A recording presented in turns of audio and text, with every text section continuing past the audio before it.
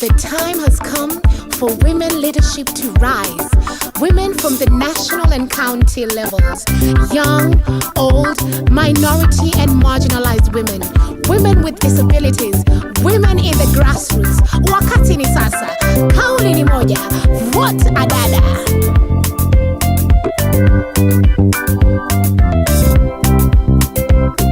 Tuungane pamoja, kauli mbiu moja, wakati ni sasa. Vote Adada.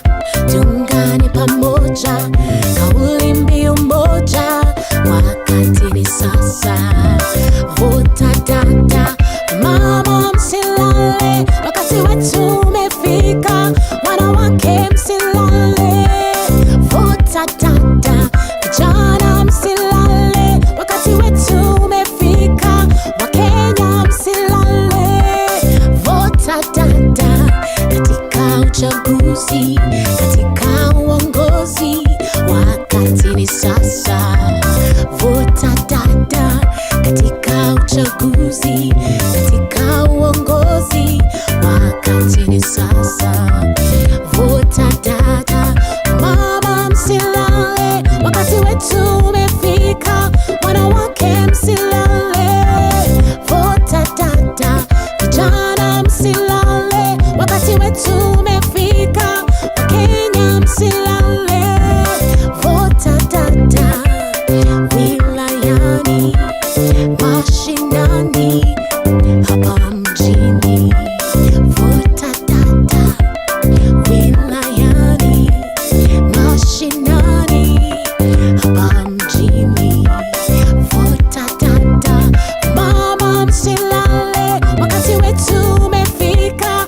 Wanawake msilale, vote Adada. Vijana msilale, wakati wetu umefika.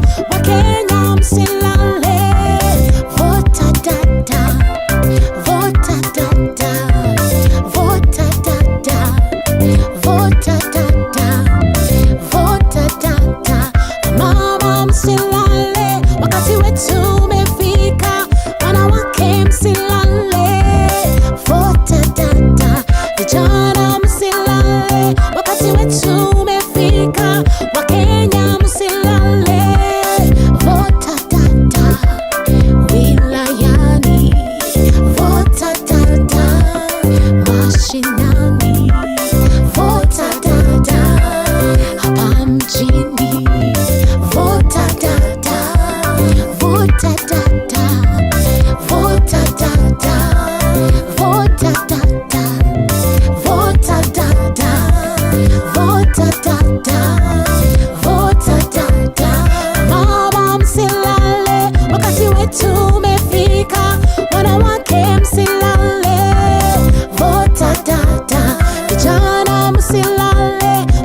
wetu umefika, Wakenya msilale.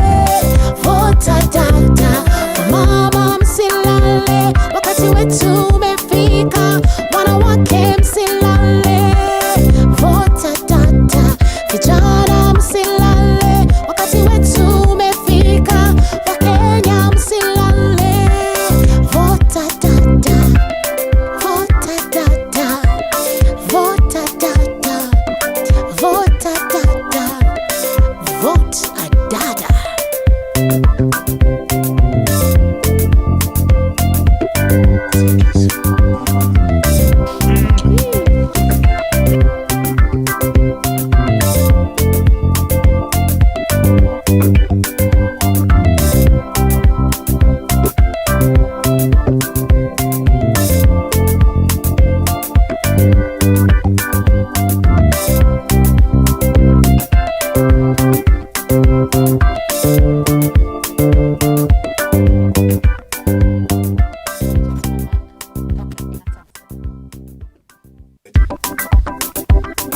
The time has come for women leadership to rise.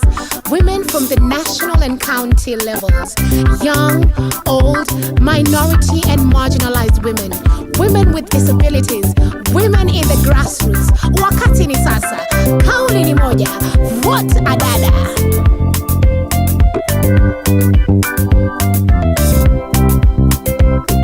Tuungane pamoja, kauli mbiu moja, wakati ni sasa. Vota dada, tuungane pamoja, kauli mbiu moja, wakati ni sasa. Vota dada, mama msilale, wakati wetu umefika, wanawake msilale. Vota dada, vijana msilale, wakati wetu umefika, Wakenya msilale. Vota dada, katika uchaguzi, katika uongozi, wakati ni sasa. Vota dada, katika uchaguzi, katika uongozi, wakati ni sasa. Vota dada, mama msilale, wakati wetu umefika, wanawake msilale. Vota dada, vijana msilale, wakati wetu umefika, Wakenya msilale. Vota dada, wilayani, mashinani, hapa mjini. Vota dada, wilayani, mashinani, hapa mjini. Vota dada, mama msilale, wakati wetu umefika, wanawake msilale.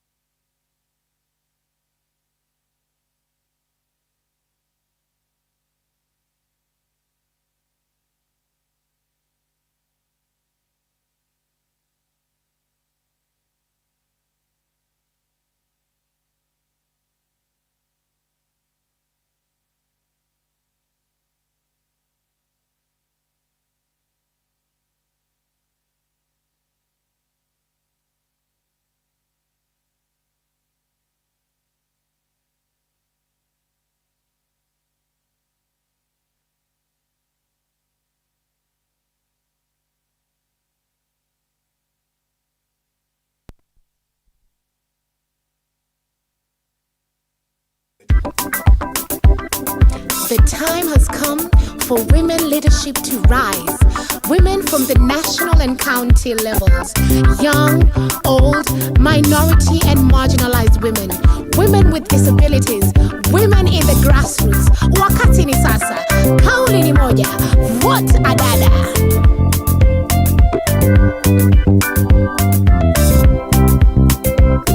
Tuungane pamoja, kauli mbiu moja, wakati ni sasa. Vota dada, tuungane pamoja, kauli mbiu moja, wakati ni sasa. Vota dada, mama msilale, wakati wetu umefika, wanawake msilale. Vota dada, vijana msilale, wakati wetu umefika, Wakenya msilale. Vota dada, katika uchaguzi, katika uongozi, wakati ni sasa.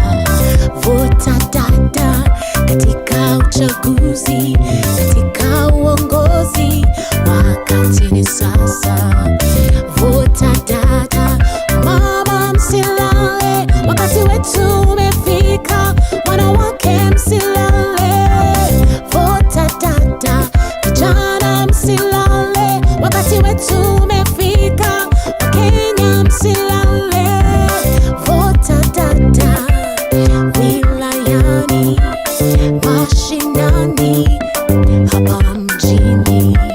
Vota dada, wilayani, mashinani, hapa mjini.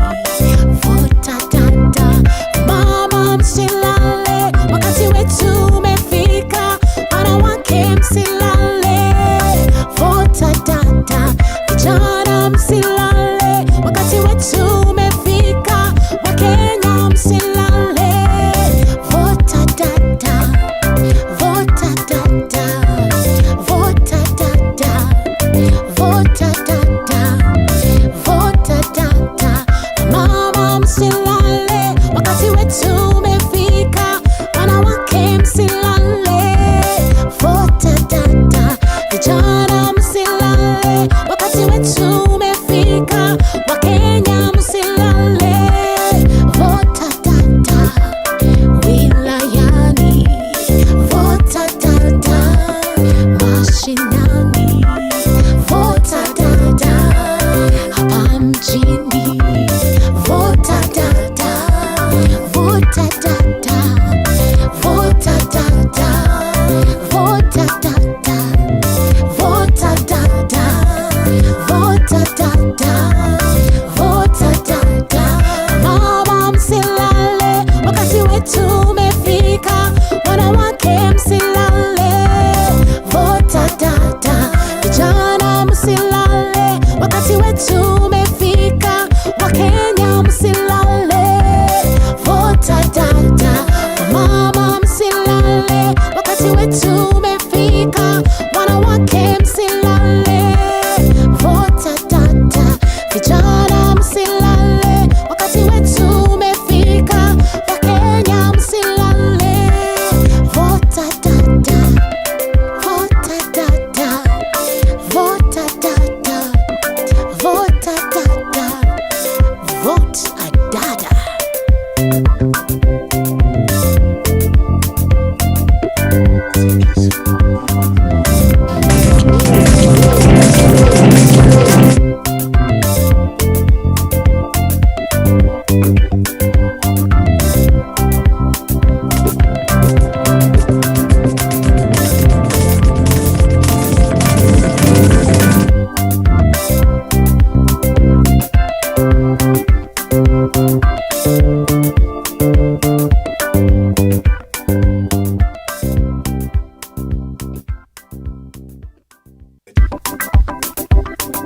The time has come for women leadership to rise.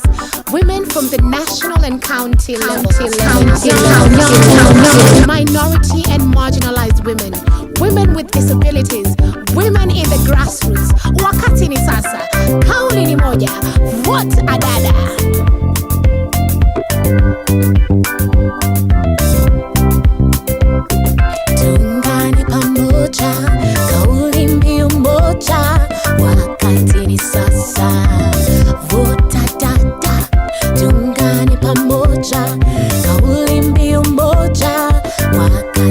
sasa. Vuta dada, mama msilale, wakati wetu umefika, wanawake msilale. Vuta dada, vijana msilale, wakati wetu umefika, Wakenya msilale. Vuta dada, katika uchaguzi, katika uongozi, wakati ni sasa. Vuta dada, katika uchaguzi, katika uongozi, wakati ni sasa. Vuta dada, mama msilale, wakati wetu umefika, wanawake msilale. Vuta dada, vijana msilale, wakati wetu umefika, Wakenya msilale. Vuta dada, wilayani, mashinani, hapa mjini. Vuta dada, wilayani, mashinani, hapa mjini. Vuta dada, mama msilale, wakati wetu umefika, wanawake msilale. Vuta dada, vijana msilale, wakati wetu umefika, Wakenya msilale. Vuta dada, vuta dada, vuta dada, vuta dada, vuta dada, mama msilale, wakati wetu umefika, wanawake msilale. Vuta dada, vijana msilale, wakati wetu umefika, Wakenya msilale. Vuta dada, wilayani, vuta dada, mashinani, vuta dada, hapa mjini.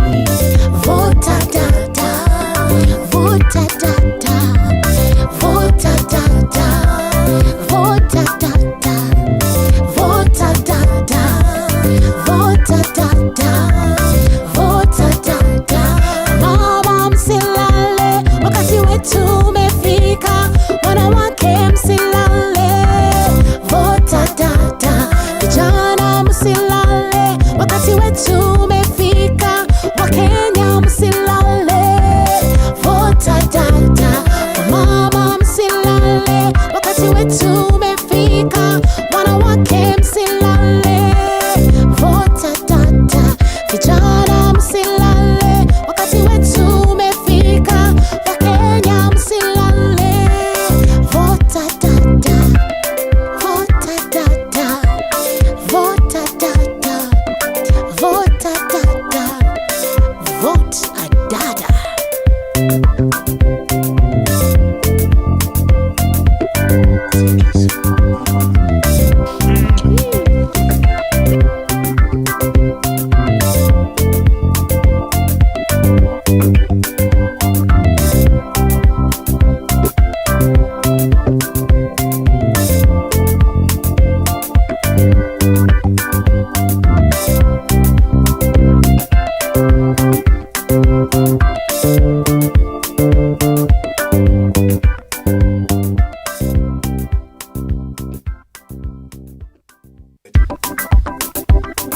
The time has come for women leadership to rise.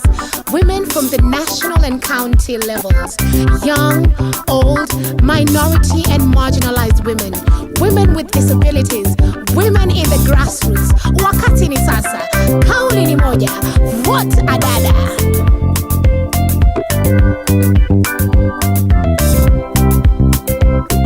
Tuungane pamoja, kauli mbiu moja, wakati ni sasa.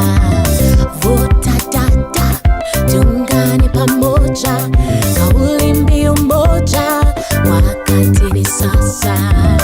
Vuta dada, mama.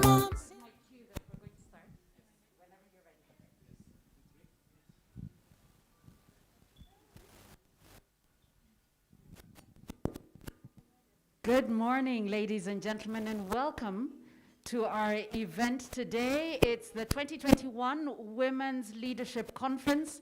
The theme for today, wakati ni sasa. Kauli mbiu ni moja. Vote Adada. Before we get started, I'd like to ask you to please be upstanding for the national anthem of the Republic of Kenya, wherever it is that you are. And good morning to you who are online virtually as well.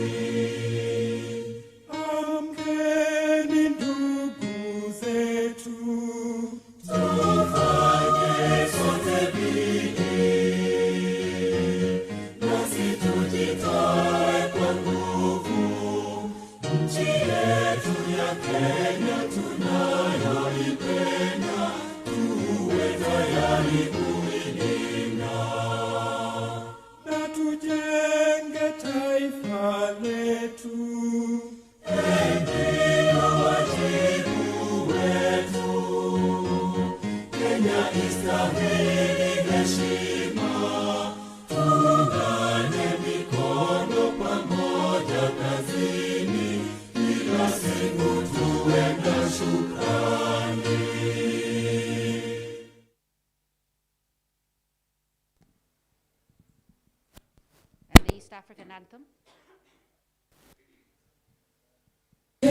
Mungu twaomba uilinde Jumuiya Afrika Mashariki, tuwezeshe kuishi kwa amani, tutimize na malengo yetu. Jumuiya yetu sote tuilinde, tuajibike, tuimarike. Umoja wetu ni nguzo yetu, idumu jumuiya yetu.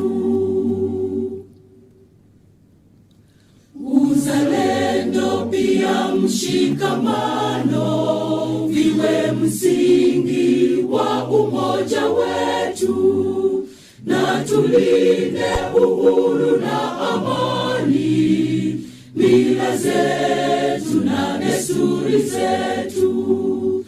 Jumuiya yetu sote tuilinde, tuajibike, tuimarike. Umoja wetu ni nguzo yetu, idumu jumuiya yetu.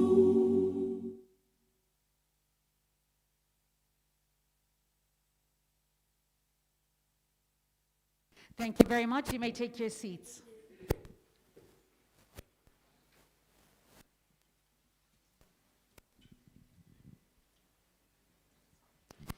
Good morning once again. My name is Renee Ngamau, and I currently serve as the chairperson of Amnesty International Kenya, a board director of Clean Start Kenya, which is the Association for Formerly Incarcerated Women. But really today it is my privilege to be your master of ceremony and to guide the program. Now I know that very many of you are joining us from other regions and have been with us virtually. Thank you so much for the time that you have waited. I'm going to ask in the interest of time that as I call you out so that we can acknowledge you, that you just wave to us from wherever it is that you are so that we can acknowledge you. Now,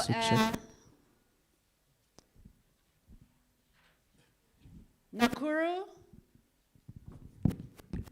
Good morning, Nakuru. I know that your MC there is Mary Kamboi, the Baringo MCA aspirant. Have you sanitized this? Okay. You sure? Yes. Okay. All right.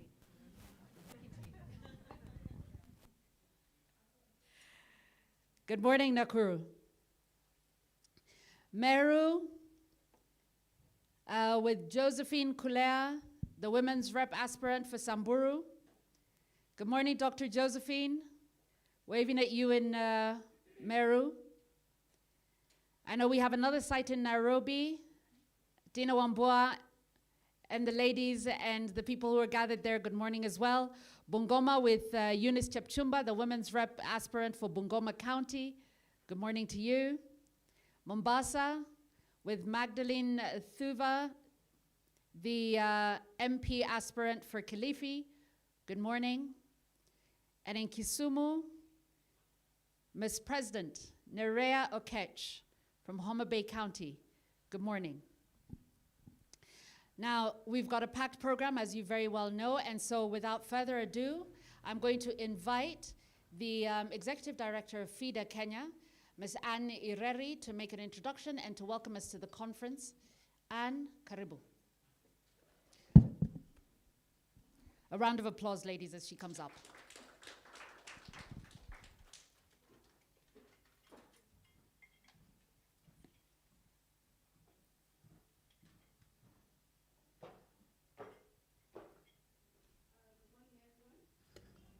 Good morning, everyone. Good morning. It's a beautiful morning. Greetings from FIDA Kenya.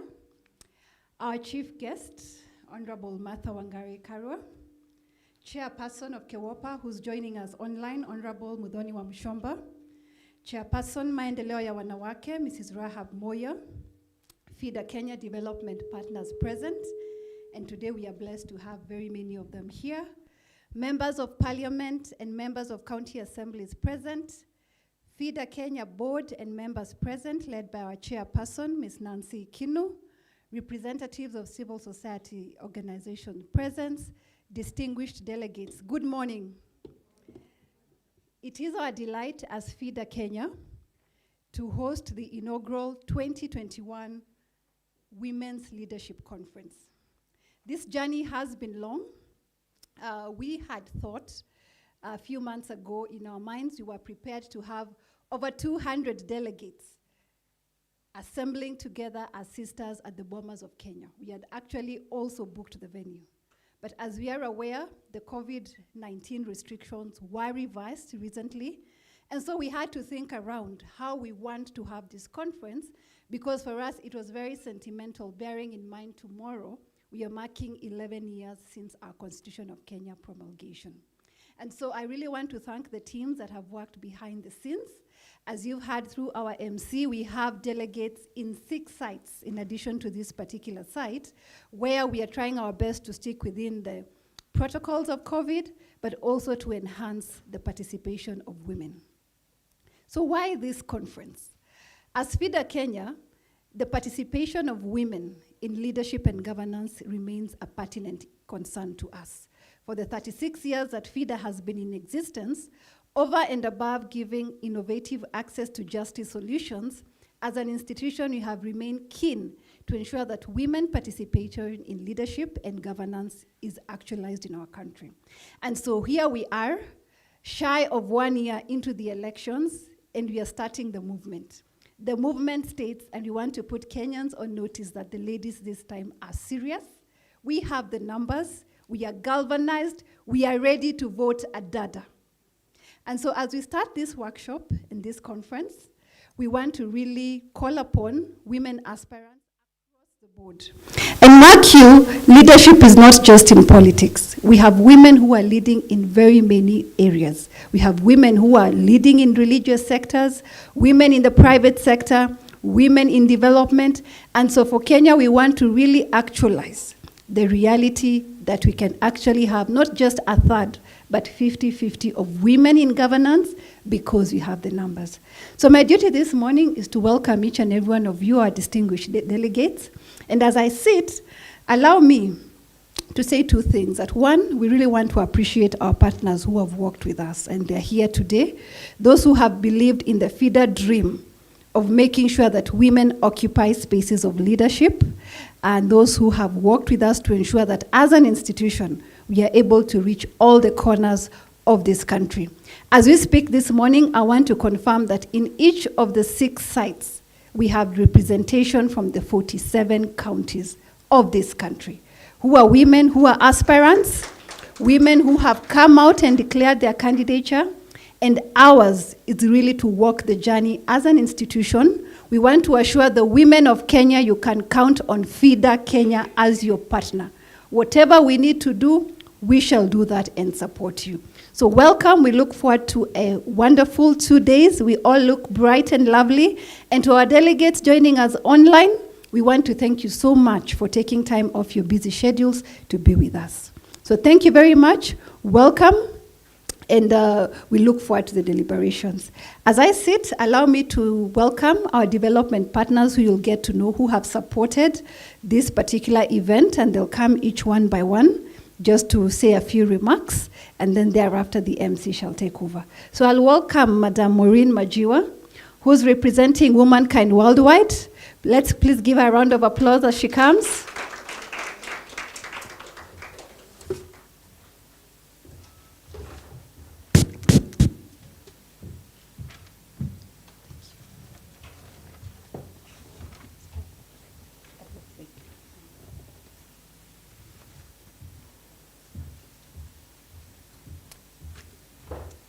Good morning, everybody. Thank you, Anne. I'm a bit rusty at this since the pandemic, but I'd like to acknowledge the presence of Honorable Martha Wangari Karua, honorable members of Parliament, members of the County Assembly, FIDA board members, and FIDA board and the members, and all protocol observed.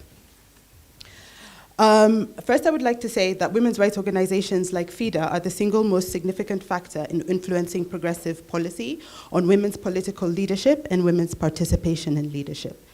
All normative advances on women's rights would not have been possible without the advocacy of organizations such as FIDA, the work they do to raise public awareness, pressure governments for change, and hold governments accountable for commitments made on women's rights. For this reason, Womankind Worldwide, with funding from the Dutch Ministry of Foreign Affairs, are proud to partner with FIDA in this program. Thank you once again, FIDA, and we are very proud to be partners. Thank you.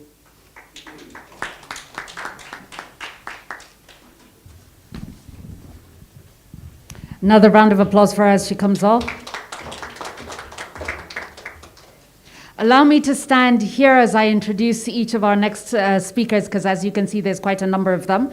The next speaker is Joseph Kimani, coming in from the Danish Embassy. Joseph, karibu, a round of applause for him.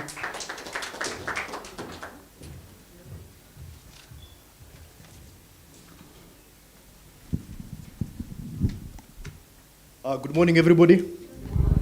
Our chief guest, Honorable Martha Karua, who continues to serve this country with distinction. The leadership of FIDA, Honorable Muthoni wa Mushomba, Chairperson Kewopa, indeed all protocols observed. Today is a very, very important day, and I first of all want to register Denmark's appreciation for the invitation.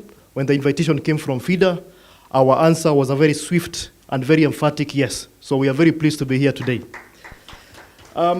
Denmark has had a long-standing partnership with FIDA. Indeed, we have supported FIDA in similar initiatives in the past, and we look forward to cementing this partnership in furtherance of this very, very important national agenda. Research has been quite unequivocal on one very important fact, that with an increase in elected women, there is an increase in policy making that emphasizes quite a number of important things. Number one, quality of life that reflects on the priorities of families. All of us know that families are the fulcrum of society.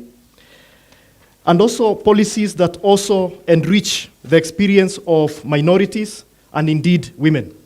And I want to quote Kofi Annan, as I was reflecting on important words to say regarding this particular agenda. I came across this from Kofi Annan, and if you'll permit me to quote verbatim. Study after study has taught us there is no tool for development more effective than the empowerment of women. No other policy is as likely to raise economic productivity or to reduce child and maternal mortality. No other policy is as sure to improve nutrition and promote health, including the prevention of HIV/AIDS. No other policy is as powerful in increasing the chances of education for the next generation. So there is no question that society gets full value by having more women in elected positions. As I conclude, we also recognize the severe challenges and difficulties that women encounter in their quest for political leadership, and we stand here in solidarity with women across this country who continue to exhibit courage and conviction as they seek to serve their country. In conclusion, let me reflect on the SDGs, the Sustainable Development Goals. This is the decade of action on the Sustainable Development Goals. And so every effort is welcome in furtherance of the SDGs agenda, and in particular, SDG number 10 on reducing inequalities. And this initiative squarely addresses that particular Sustainable Development Goal. So from Denmark, we want to wish you the very best in this particular agenda. Thank you very much. Thank you once again, Joseph, from the Danish Embassy. I recognized immediately the error of my ways in that those who are virtual will not be able to see me. And so I have taken the unilateral decision to stand here for the next introductions. And the next one really is a country manager from Diakonia, Lucy Githaiga. There you are. A round of applause for her as she comes up.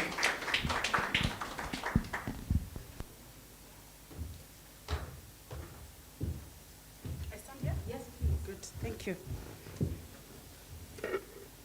Our chief guest, Honorable Martha Karua, the chairperson, Kewopa, Honorable Mudhoni wa Mushomba, who were with Mudhoni many years back when we were small young girls in college. I trained her how to talk on radio. Can you imagine?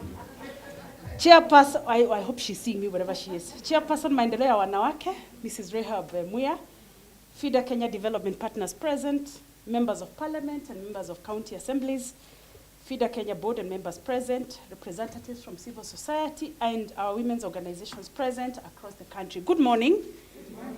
I feel like removing these masks. You allow me. Tafadhali, wacha tu niongee mzuri. Kitu hii. Yes, it gives me great pleasure, friends, to participate in this great and wonderful conversation today. And why I feel happy is because I look back to a partnership with FIDA that dates back, I think, from 2012. We've been a good partner since 2012. And I recall that when we started our partnership with FIDA, it was for a program to support and prepare women for the 2013 general election. And when we finished that program, and it was with a couple of other civil society organizations that were present then, the verdict from the evaluator said that, well, we did very well in preparing women's agency, but we did not challenge the structures and systems of patriarchy.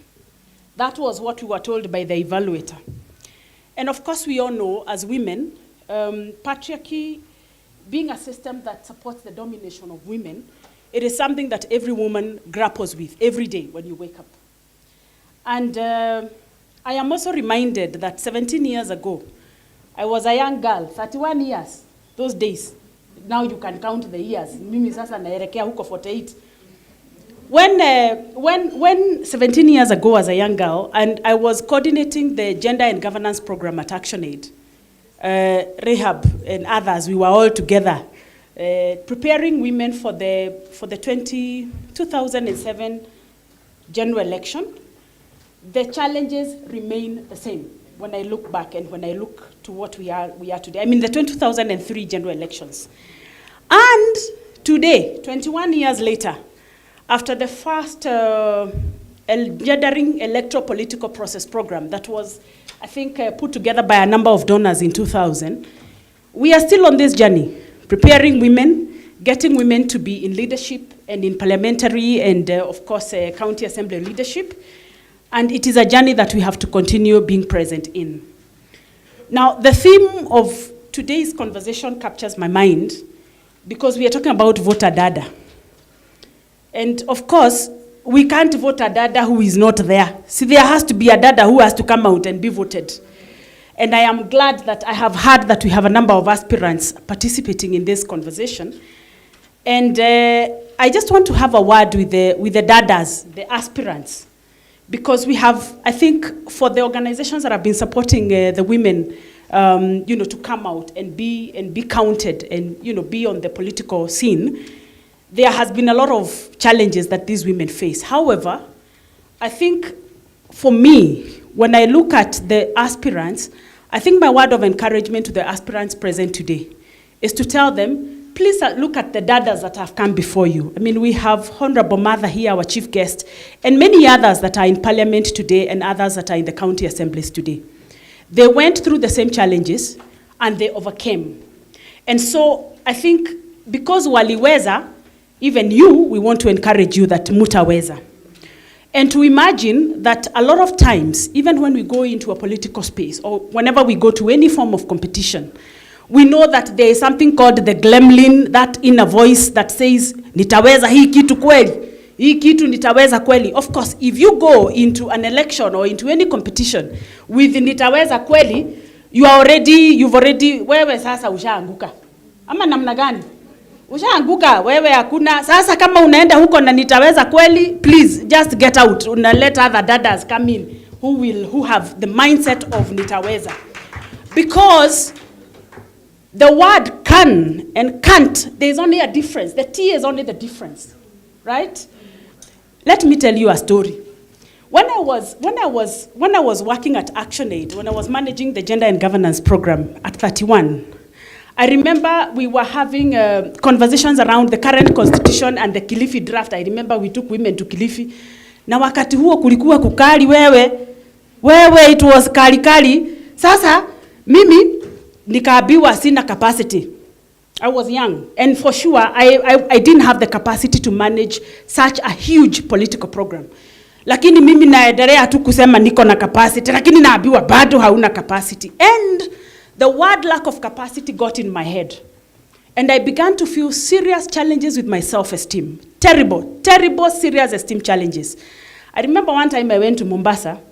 In a hotel, nikajaza bathtub water, nikafugulia bathtub, nikajaza maji hapo, nikarara hapo, nikasema, sasa wamesema sina capacity, wacha sasa mimi nijiambie niko na capacity. So I asked myself, can a woman like me and the things that I have done at 31 be said that I have no capacity?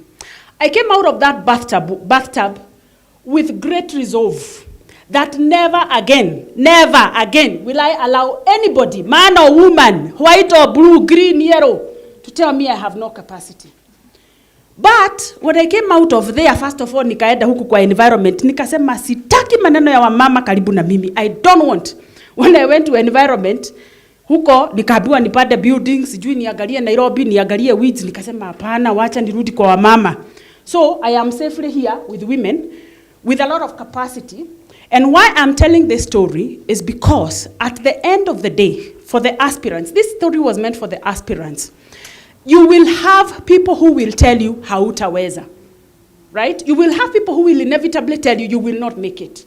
So you have to ask yourself, of the voices of nitaweza ama hautaweza, which of those voices are you going to listen to?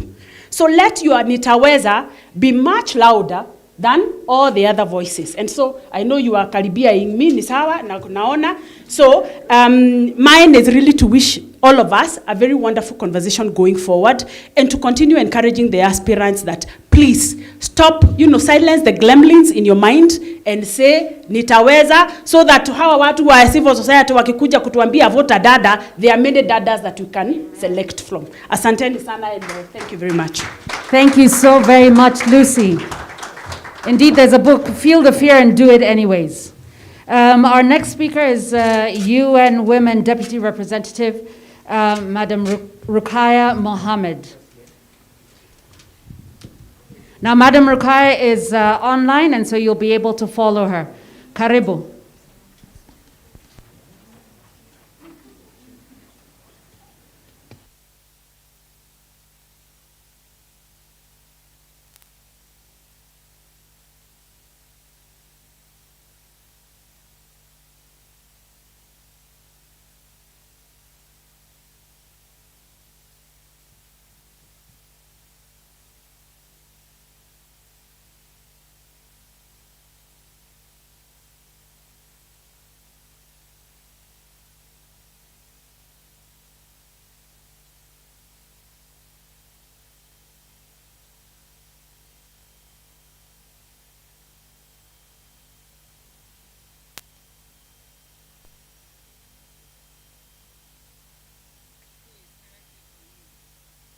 Today is a great day for all of us together in this forum as women of this country to engage.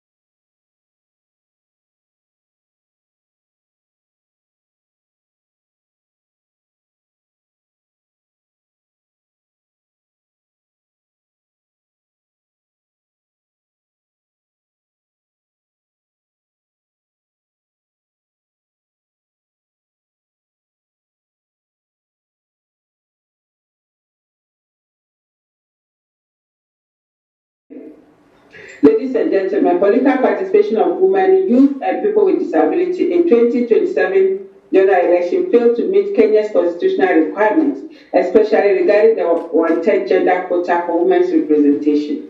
Concerted effort is needed for political parties, women rights organizations, civil society organizations, women movement, the IEBC, and the government to achieve gender equality in political leadership and decision making. You and women stand ready to work with government, civil society, and all stakeholders to promote women leadership and political participation in Kenya. I look forward to the outcome of this conference. Asante sana. And asante sana, UN Women Deputy Representative Ruqaiya Mohammed.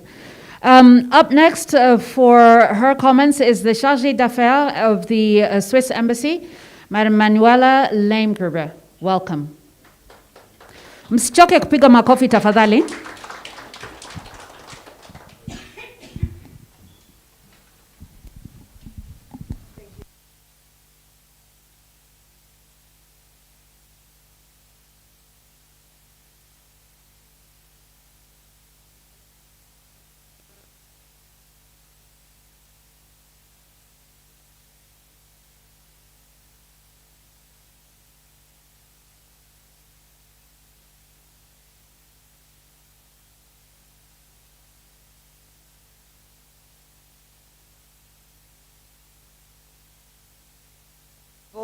Martha Karua, honorable members of parliament, distinguished excellencies, FIDA partners, dear Wanadadas, it's wonderful to be connected all over Kenya.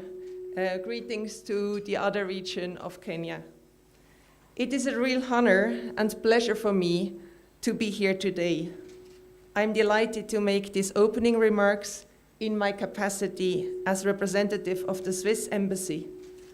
The Swiss ambassador is at the moment in Switzerland. He transmits his warmest regard. I'm in charge at the moment for the Swiss Embassy here in Kenya. The Swiss Embassy works closely together with FIDA by supporting the project Vote Dada. The aim of the project is clear. Women shall support women. The purpose may be simple, but its implementation is far more difficult. Vote Dada calls for women to vote for women. The first step towards that goal is for women to be convinced that they are as good politicians as men. FIDA has been conducting such precious advocacy work for a long time. Vote Dada is also about fighting stereotypes. But how can we abolish stereotypes? In Kenya, there are many women holding important public functions, with numerous women in cabinet, parliament, or in governance position. I'm glad to see outstanding Kenyan politicians today, like former CS and MP Martha Karua, participating in this event. All these women are role models, especially for young women. They prove that women can also take up important duties. This has an influence on the entire society. One gets used to that fact that women are in leadership position and contribute to shape the political, social, and economic life. Through these role models, it will be easier to succeed in convincing women to run for a public office or function and subsequently to vote for women. We hope that the share of women in politics will be increased through initiatives like Vote Dada.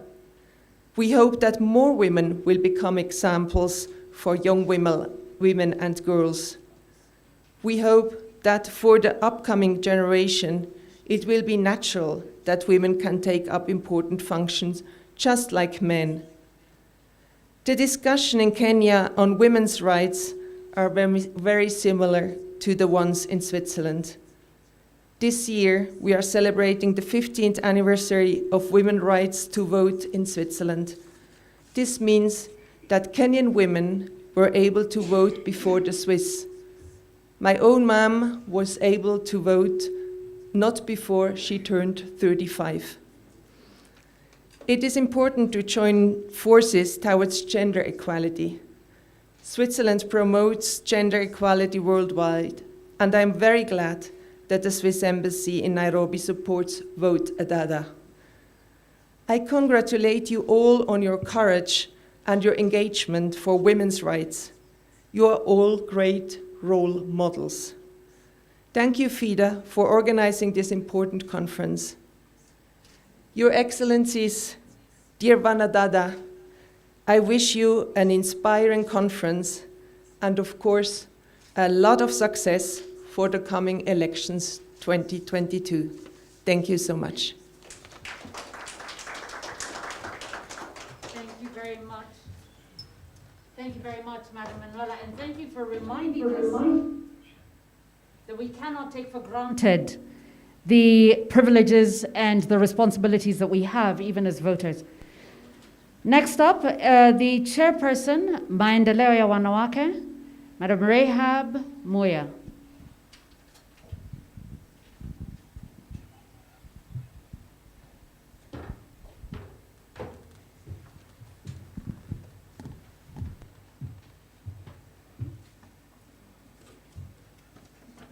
Good morning. Sorry I came a little late due to an earlier commitment. I think you allow some of us to use the masks. I think so.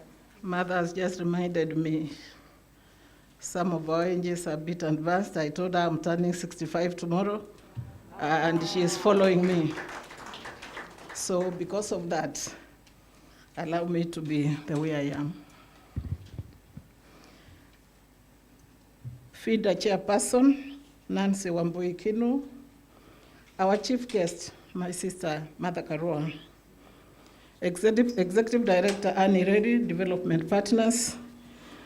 I know some of my members are online, Maendeleo ya Wanawake members, and all the other people on online, all protocols observed. I think before we start, we are talking about women leadership.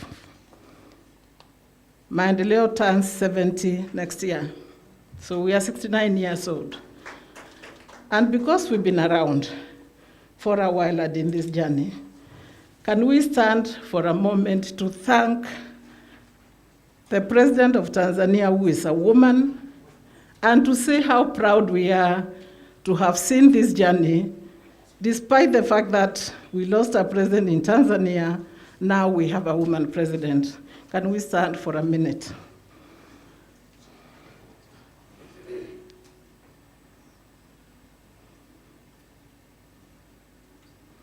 On the same breath, we remember all the fallen heroes. From Maendeleo, we remember my late patron, Mrs. Jane Kiano, and many others we have lost in the line of COVID. And every family suffering, may the good Lord give them eternal rest. Thank you. We can sit. I am delighted to join FIDA today in this National Women's Conference to discuss the role of women and persons with disabilities in political leadership. The journey of women, indeed, in Kenya started in the institution I head today, as I pay a lot of respect to my predecessors. It was formed through Maendeleo ya Wanawake when women started to strategically focus their energies in providing an affirmative action legislative framework. In 1997, our current patron, Mama Phoebe Asiyo, did exactly that. This culminated in the constitutional reforms and the subsequent entrenchment of the affirmative action in the Kenya Constitution 2010. Our sister mother was in that parliament. Implementation of the Constitution affirmative action quota has increased the number of women in the county assemblies, the county executive, the National Assembly, the Senate, the National Executive, as well as in appointed bodies such as the independent commissions, the judiciary. Don't we pride ourselves with the first woman Chief Justice?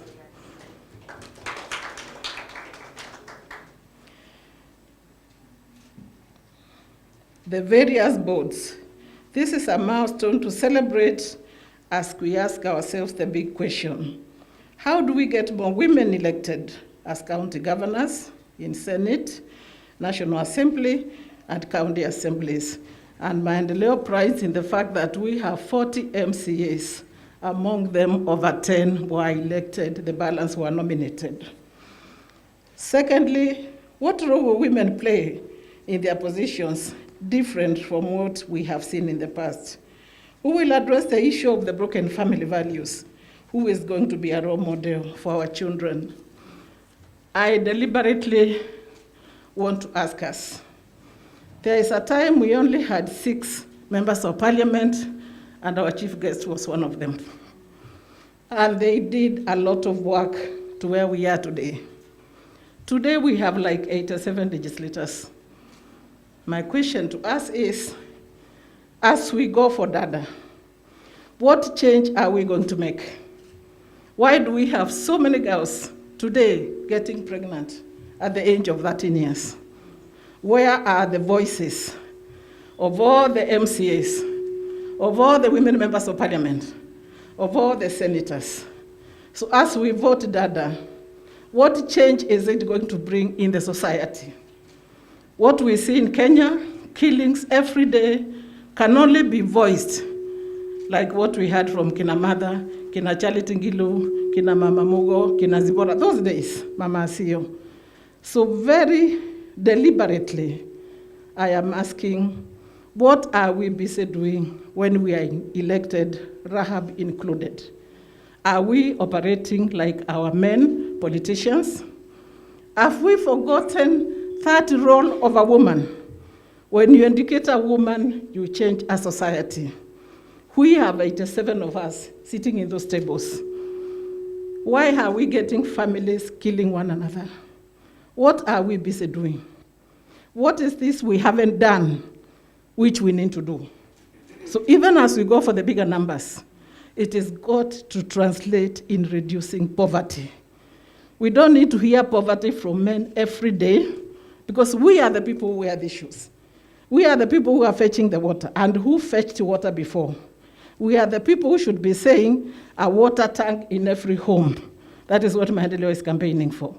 So for me, it is very well to go the way we are going. But can we see a change in the society? Can we see a change in the 47 counties? Can we hear the women being the one to tell the governors, I want these bursaries going to these 100 children in my constituency? When we do that, then it is very good for all of us to come ahead and say, we increase these numbers. Ama ninawaambia vitu mbaya. Miaka inanikumbalia kusema ukweli. Si ndio? Kwa sababu ile imebaki ni kidogo, and I need more. Si ndio? So we must speak the truth to ourselves, so that when we go to these offices, we are not going for Rahab only. We are not going for Lucy only. We are not going for Mother only. We are going to change the poverty at the grassroots.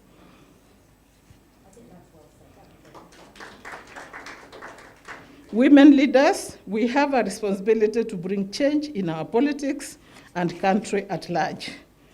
We are aware that the journey of women leadership is marred by many struggles, including patriarchal cultures, discrimination, including economic exclusion, stereotyping, among others. It is a journey that can only put women at loggerheads with family and society. It is our duty, therefore, as women leaders, gathered here today and online, to drum up support for our sisters in the women leadership, pulling each other up, but not pulling one another down. Tumekubaliana? Pulling one another? To those aspiring, we wish you well. We call for resilience, humility, upholding family values, and above all, working in partnership with men. I believe we cannot do it alone. I believe, yes, it is women power, but please, we are daughters of men. They are our brothers. They are our husbands. They are our uncles. They are our grandfathers. We are partners. They are our husbands. We are partners in this journey. To those aspiring, that I've said, my word to you again is learn more to consult. You need to talk to people like Kina Mother. The journey they have walked should not be in vain. Collaboration, compassion, put people's lives first, and above all, the fear of the Lord is the beginning of wisdom. I believe in women leadership, as I am one of you. We are good leaders. Statistics have confirmed to us that globally, women have exhibited excellent leadership traits. As the world deals with the devastating impacts of the COVID pandemic, and it is disappropriate impact on women, minorities, and the poor, women have accounted for estimated 40% of the most successful responses to COVID-19. Therefore, with the right women in different positions, we can make a difference in this country. In conclusion, let me say that we are in a society that does not respect women's rights. To date, women face hurdles in owning and using land and property. It is worse for women who are household heads, whether by circumstances or by choice. Kenya has very many single women. We have many women who have been divorced. We have women who are in married systems. And so we have women who are widowed. We have issues across board. We have to think about these issues. Women are still disinherited, including being evicted from family homes and land with serious consequences for them and their children, especially at the loss of their husbands. It doesn't matter the level. Finda Kenya Guests, let's work together to address these issues. We have achieved justice. It is time to sort out women. Thank you very much. Indeed, thank you very much, Chairperson Maendeleo ya Wanawake. I want to slow down the conversation a little bit so that we can sanitize here. But really just point out some of the challenges that you've pointed out. It's not a space that we can take for granted. I was sharing earlier with some of the colleagues that I've just come back from observing the Zambia elections. And if you see what happened and the number of representatives, women who were elected in the previous election versus this election, the things that we take for granted can change very, very quickly and very, very dramatically. And the positions and the ability to be nominated and to be elected can be substantially reduced. This initiative, therefore, is so very important to ensure that our voices continue. Thank you very much. Our next speaker is the Honorable Gathoni wa Mushomba, the chairperson, KEWOPA, and she's online. Welcome.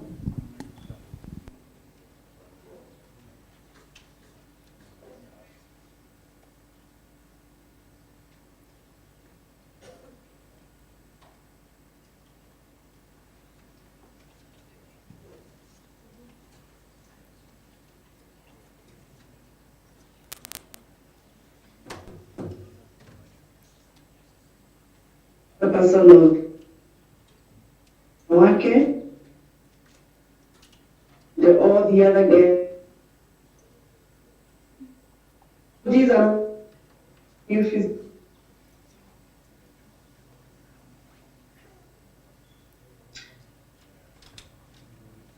I am on.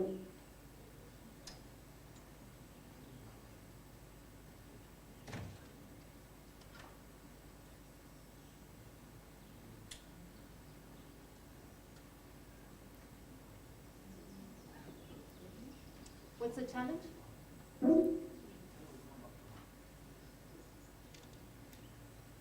Honorable Wamushomba, allow us to come back to you. We seem to be experiencing some technical difficulties that are not allowing us to hear you. Please be patient with us, and as the team gets it sorted, we'll come back to you. I also want to acknowledge the presence this morning of Honorable Mombi Ngaru. If I could just ask you to perhaps wave and greet us. Thank you very much for gracing us this morning. Much appreciated. We've resolved it? Honorable Wamushomba, if you can hear us, I think we may have resolved the technical difficulties. Please allow us to welcome you back onto the stage to address us. Thank you. Thank you very much.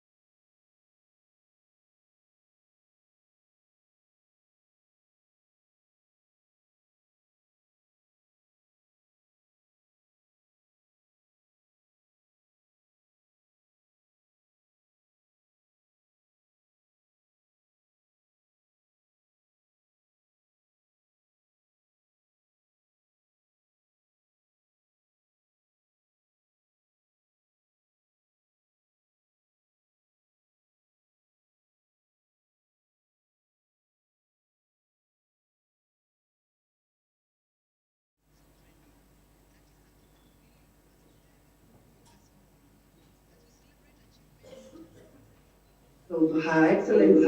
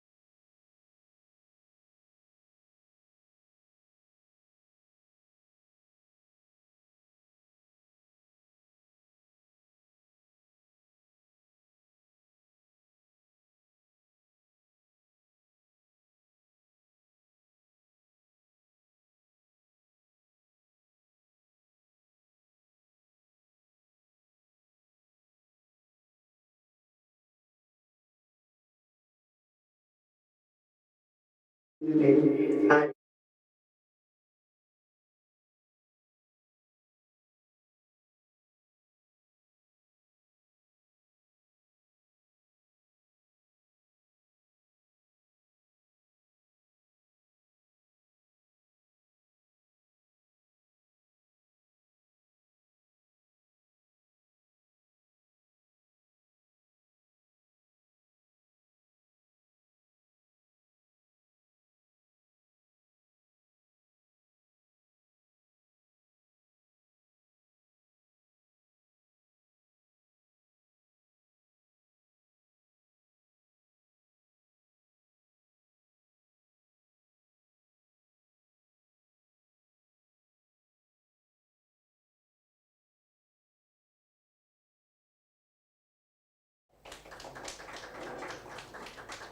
Thank you very much, Honorable Mushomba, and apologies once again for the technical difficulties. It is now my great pleasure. You might want to resolve the echo.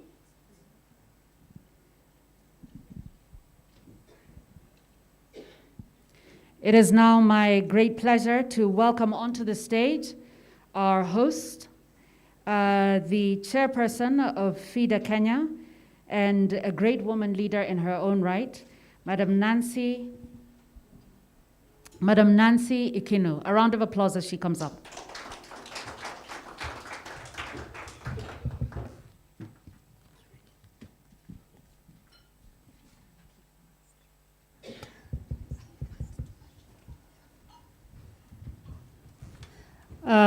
Allow me not to keep the mask because I pant too much with it. Our chief guest, Honorable Martha Karua, Kewapa Chairperson, Honorable Mugadhoni wa Mushomba, Chairperson, Maendeleo ya Wanawake, Mrs. Rahab Moya, FIDA Kenya Development Partners, members of Parliament who are joining us online, members of county assemblies, FIDA Kenya board members joining us presently and online, representatives of civil society led by our MC, Madame Renee, and our women's rights organization partners from across the country. Good morning. Good morning again. Allow me to begin by warmly welcoming all of you to the 2021 Women Leadership Conference. I wish to extend our appreciation as FIDA to the partnership which has enhanced this meeting to take place, and to all of you who are joining us here physically and virtually for heeding this call to come and be part of this great conversation towards advancing women's political participation in our country. This conference is historic, as it provides us with not just an opportunity to introspect on the gains that we have made as women, but it also calls us to look at what we require to do 11 years into the programmation of our constitution. As FIDA Kenya, this conference also marks the official kick of our 2022 elections plan, which includes, all of you know, Vote Adada. This campaign, we intend to galvanize public support for the election of women in 2022 elections. We also shall be working with female aspirants for the various elective posts, governors, MCAs, members of National Assembly, and the presidential candidates. Into what we are now looking at, what we are going to launch, which we are calling the FIDA Kenya Leadership Academy.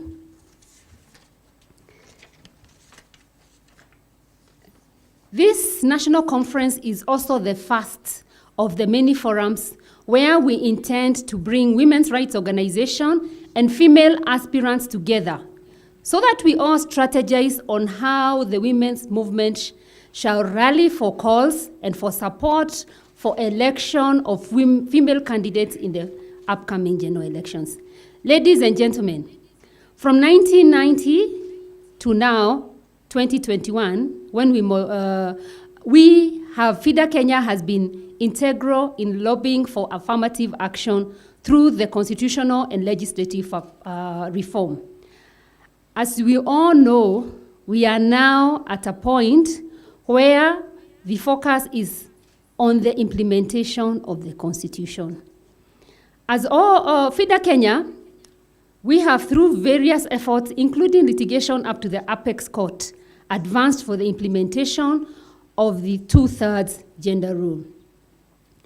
Our push for the Constitution implementation has been generated or affirmed by our realization that it is important for women to participate in decision-making in all levels. However, very few women are elected into various positions. And according to NDI FIDA General Audit of 2017, despite the efforts that we have made, the first female governors were elected in the last general elections, but the numbers continue to be low in all the other positions. We only ended up with 23 female members of National Assembly who were elected, in addition to the 47 women reps. That was in comparison to the 2016 who were elected in 2013. And at the County Assembly, only 96 female members of county assemblies were elected out of a total of 1,450. Indeed, very worrying statistics. These statistics show that we are very far from achieving the constitutional threshold.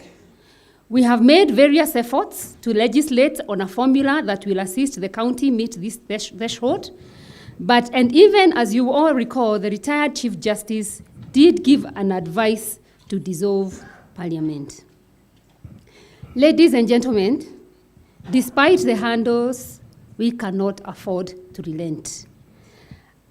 We must make an effort, and this conference is one such opportunity that gives us a chance to deliberate on where do we go from here. As FIDA Kenya, our clarion call to all of you is to ensure that the environment is conducive for women to engage in electoral process, both in the national and in the national and the parliamentary level and the lower level.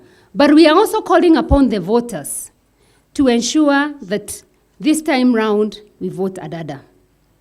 We take this opportunity to thank our development partners, Womankind International, Swiss Embassy, Diaconia, RFSU, Ford Foundation, for the support they have given us in this conference. And as I conclude, we urge all the Kenyans to support women leadership by voting Adada in the 2022 general elections. Thank you.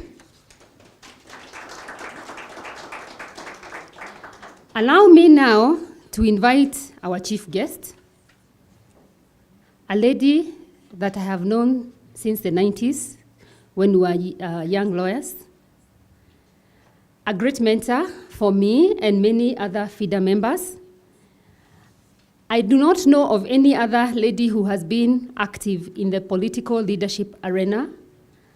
She has served as an MP, she has served as a CS, and she has been in this arena for many years.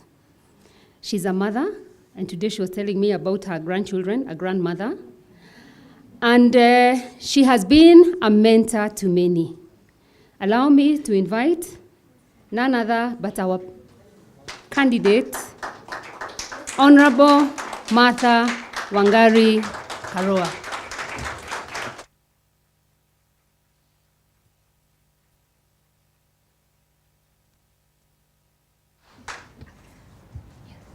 Thank you. Thank you. Asante sana.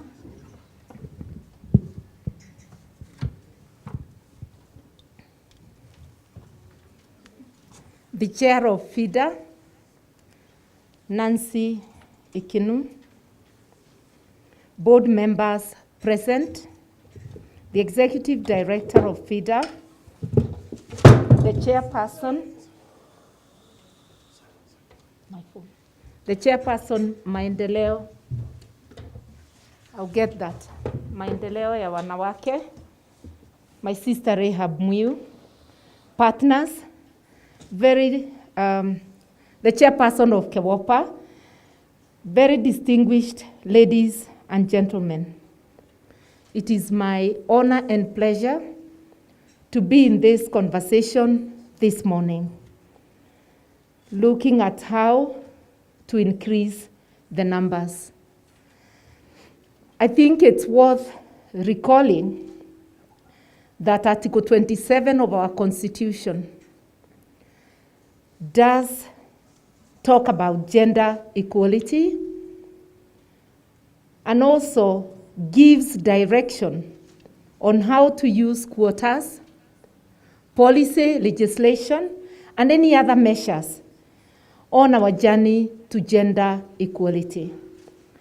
It's also worth remembering that the quotas given in the Constitution are the barest minimum acceptable. They are not the destination. It's just the barest minimum. Because sometimes as a nation, we act as though the minimum is the ultimate. No wonder then Parliament has been unable to implement the not more than 2/3 gender rule, which is the barest minimum.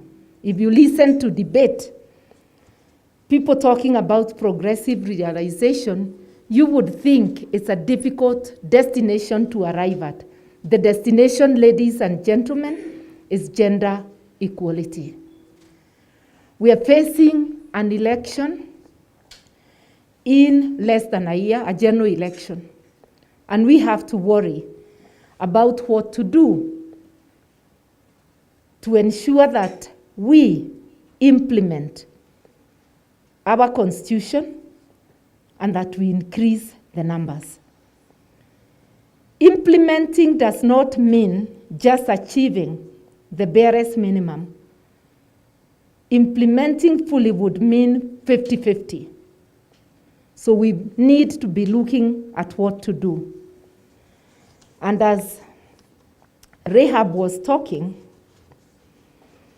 and asking questions, very pertinent questions, I actually remembered that all of us here today, the women who have been able to go up the ladder in either politics or decision making, we stand on the shoulders of those who were before us.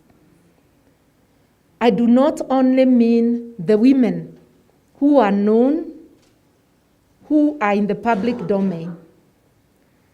You are first mentored by the women around you. There'll be your mother, there'll be your auntie, there'll be many people. We forget our initial mentors.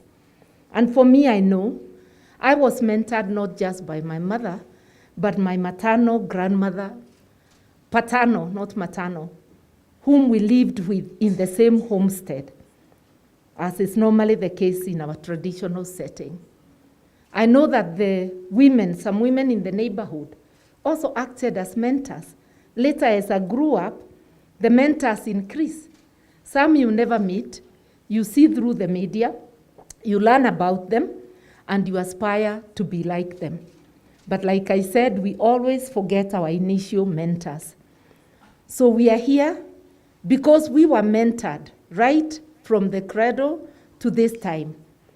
We are here because of the hard work of the women who were able to push for participation of women in the public arena. We are here because of women like Grace, the Honorable Grace Onyango, who was the very first woman to be elected to Parliament. We are here because of other women like Phoebe Asio, like the late Grace Ogot, like Julia Ojambo. Some of them I used to hear of them, then I had the rare privilege of working with them. The question we must each ask ourselves today, if you are privileged to occupy a space many women are not able to occupy, what is your contribution to enable other women, those behind you, are able to occupy that space? How we utilize space as women when we get it will be instrumental in increasing the numbers.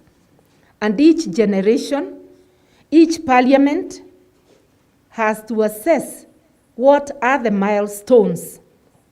Those are the questions Rahab was asking.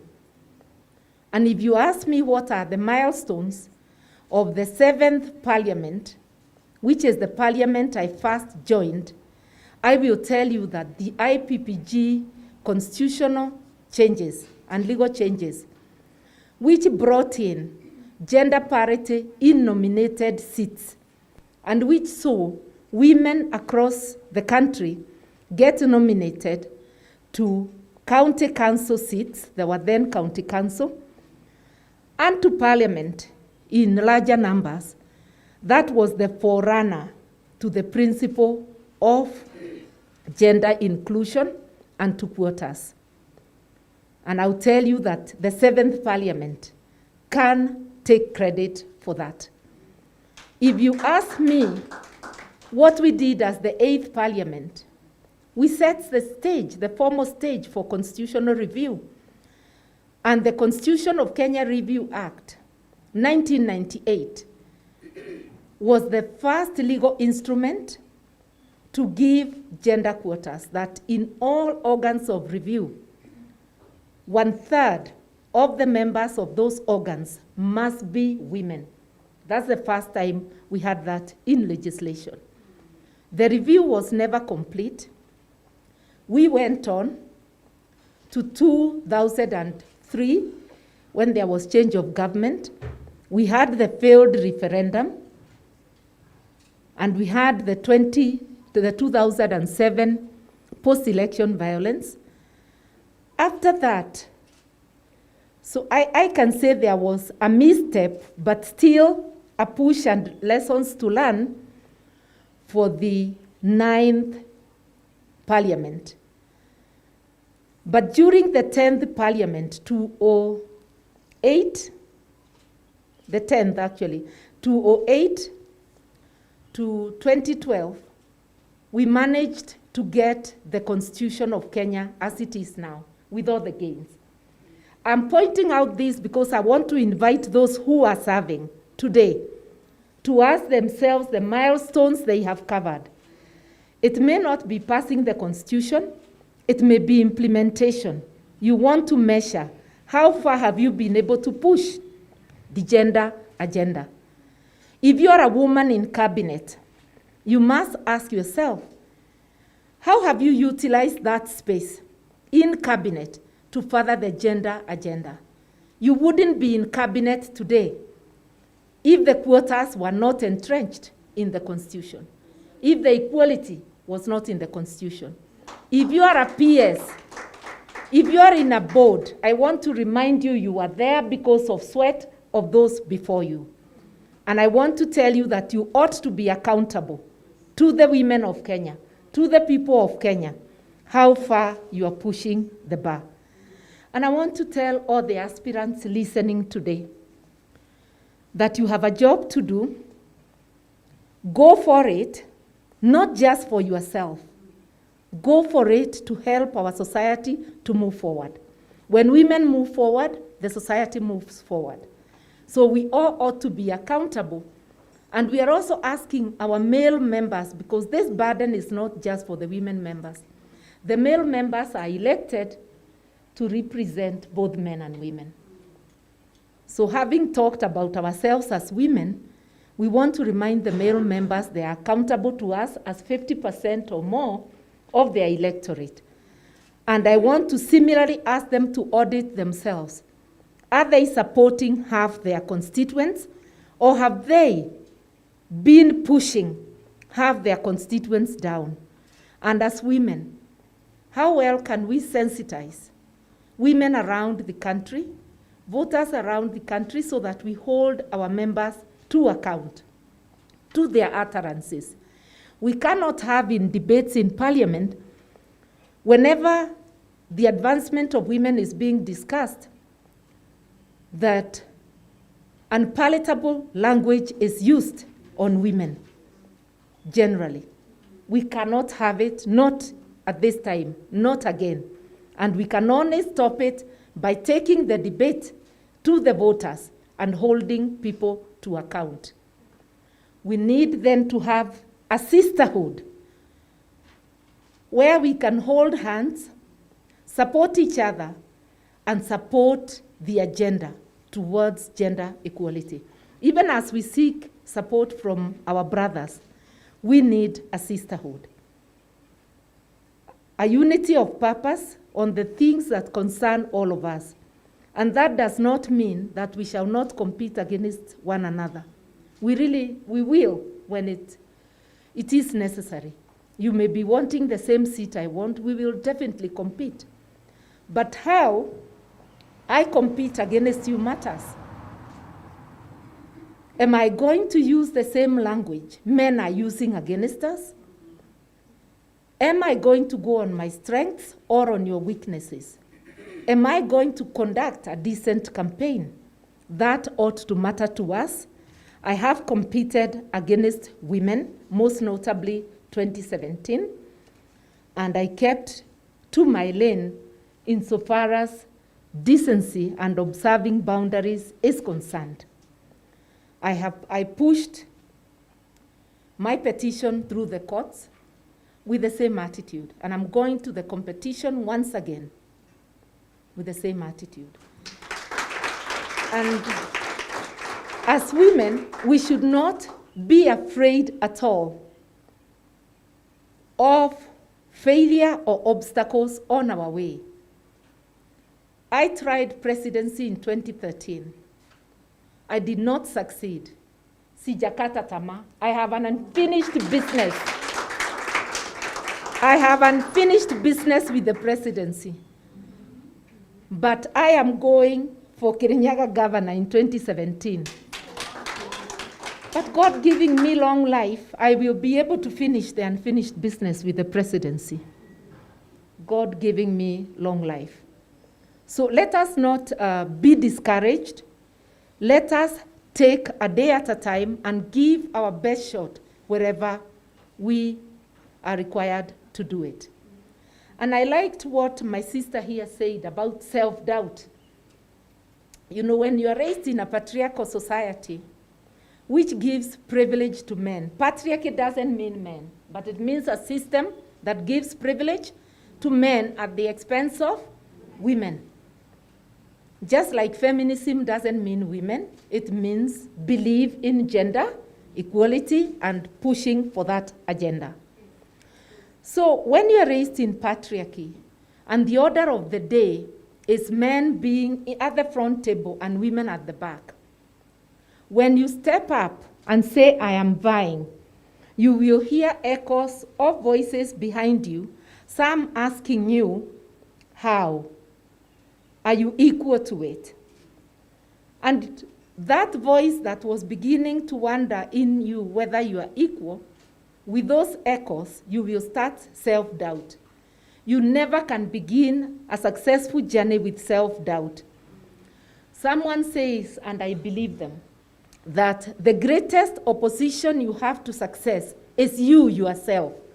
Until you conquer yourself, you cannot succeed. So please let us deal with that self-doubt by affirming ourselves. Assess your tools, your competitive advantage, and if you are convinced you should go for that seat, cast all doubt aside and immerse yourself in becoming successful. And don't listen to the naysayers, block your ears, keep going. I do remember that when I vied the very first time, I was an active member of the Law Society, you can say. I was deep into the politics of the Law Society, and I was an elected council member. I remember some people on the corridors asking me, since when did you become a politician? The question should have been, you've been a politician for a long time, because I was in Law Society politics. My male colleagues who opted to run were not getting the similar question. But I am glad there were many men and women very excited and supportive of my candidature. I did not listen to the naysayers, I went for it. In the constituency, I was told, here we don't elect women, but you can get your name known. That's the best you can. I told them I'm not here to get my name known, I'm here to get elected. And I did get elected. So let's move forward with the courage of our conviction and ensure that we come back with the trophy. Now, I have not talked about the international instruments. Why? By enacting our constitution, Kenya has domesticated those international instruments. So we are no longer talking about things that have come from elsewhere, treaties we have ratified. We are talking about the laws of Kenya. And our constitution says every treaty, every instrument we ratify becomes part of our laws. So the debate about foreign things ended with the enactment of the 2010 Constitution. There are two ways of being in power and decision-making in Kenya: election and appointment, especially in the political mainstream. And the nomination of women has been held, and of men has been held by the court to be an election, such that if you wanted to remove a nominated person, you have to have a petition. Therefore, women who come into that space nominated should not feel less than the elected colleagues. You remember that women who have come in through top-up have been called names. They must refuse. We must refuse to be pulled down, and we must enjoy the space and work on it. And I'll remind you that from 1963 to the 80s, it is men who enjoyed the nominated seats, and that time, nobody called them names. If there was a nominated woman, it would be occasional. And I'll tell you that President Uhuru Kenyatta, Senator Moses Wetangula, and many others began their careers as nominated members of parliament, not elected. Why then should nomination become a dirty word because there is space now for women? These are the double standards brought about by patriarchy and which we must reject.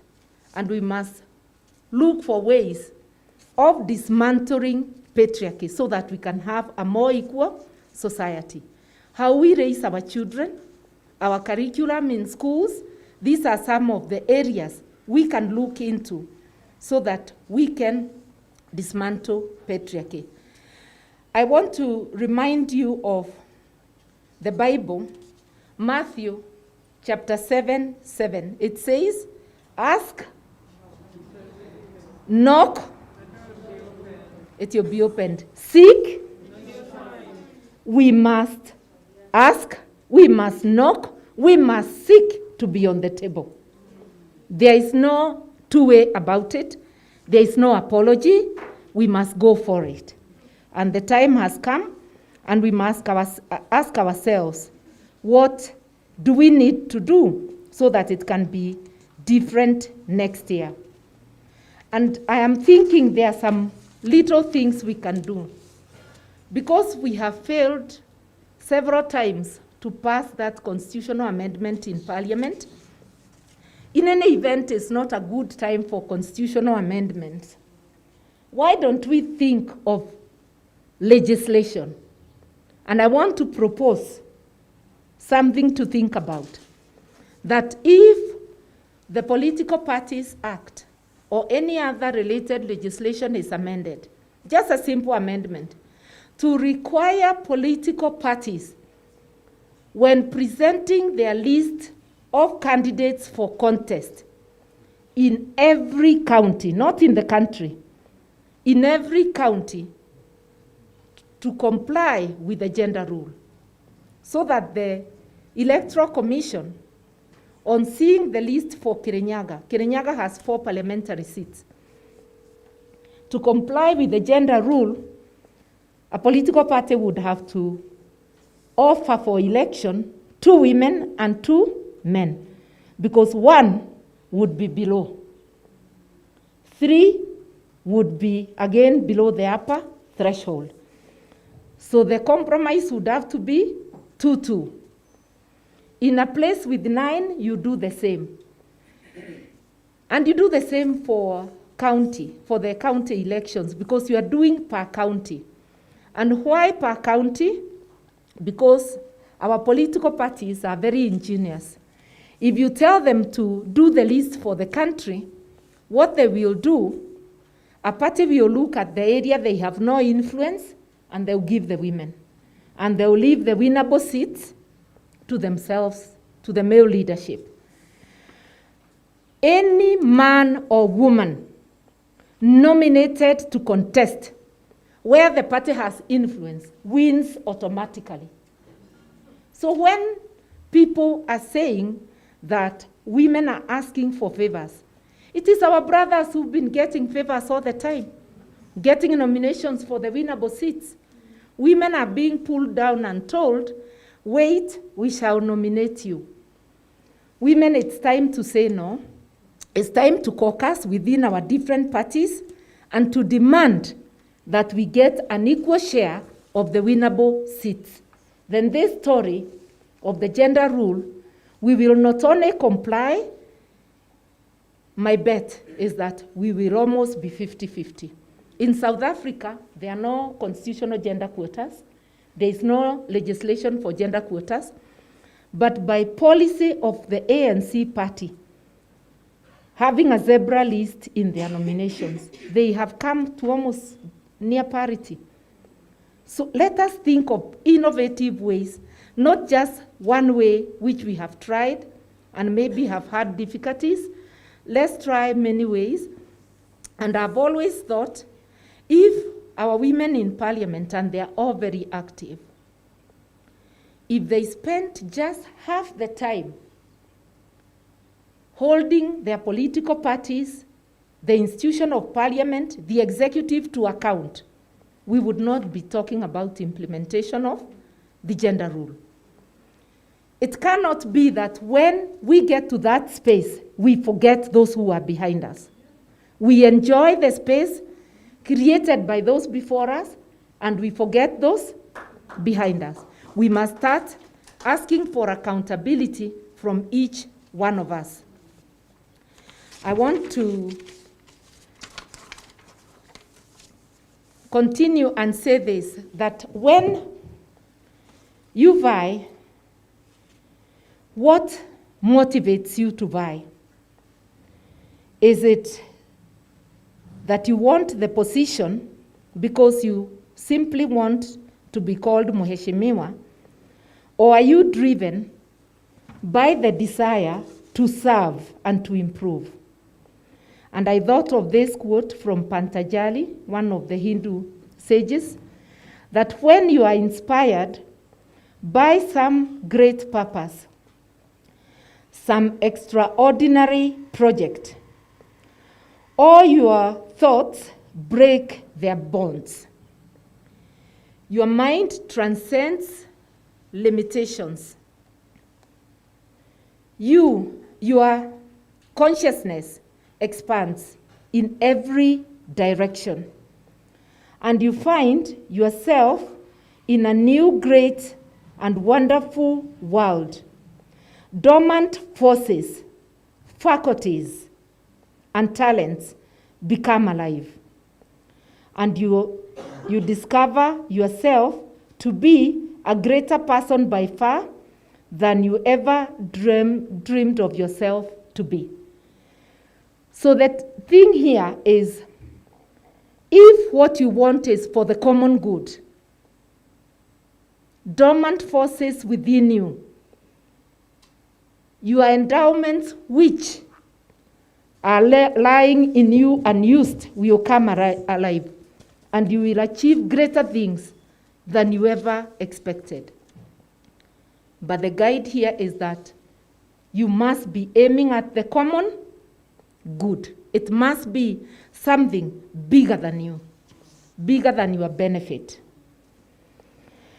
The other thing I would like to do is to say is that if you love what you do, you always do it well.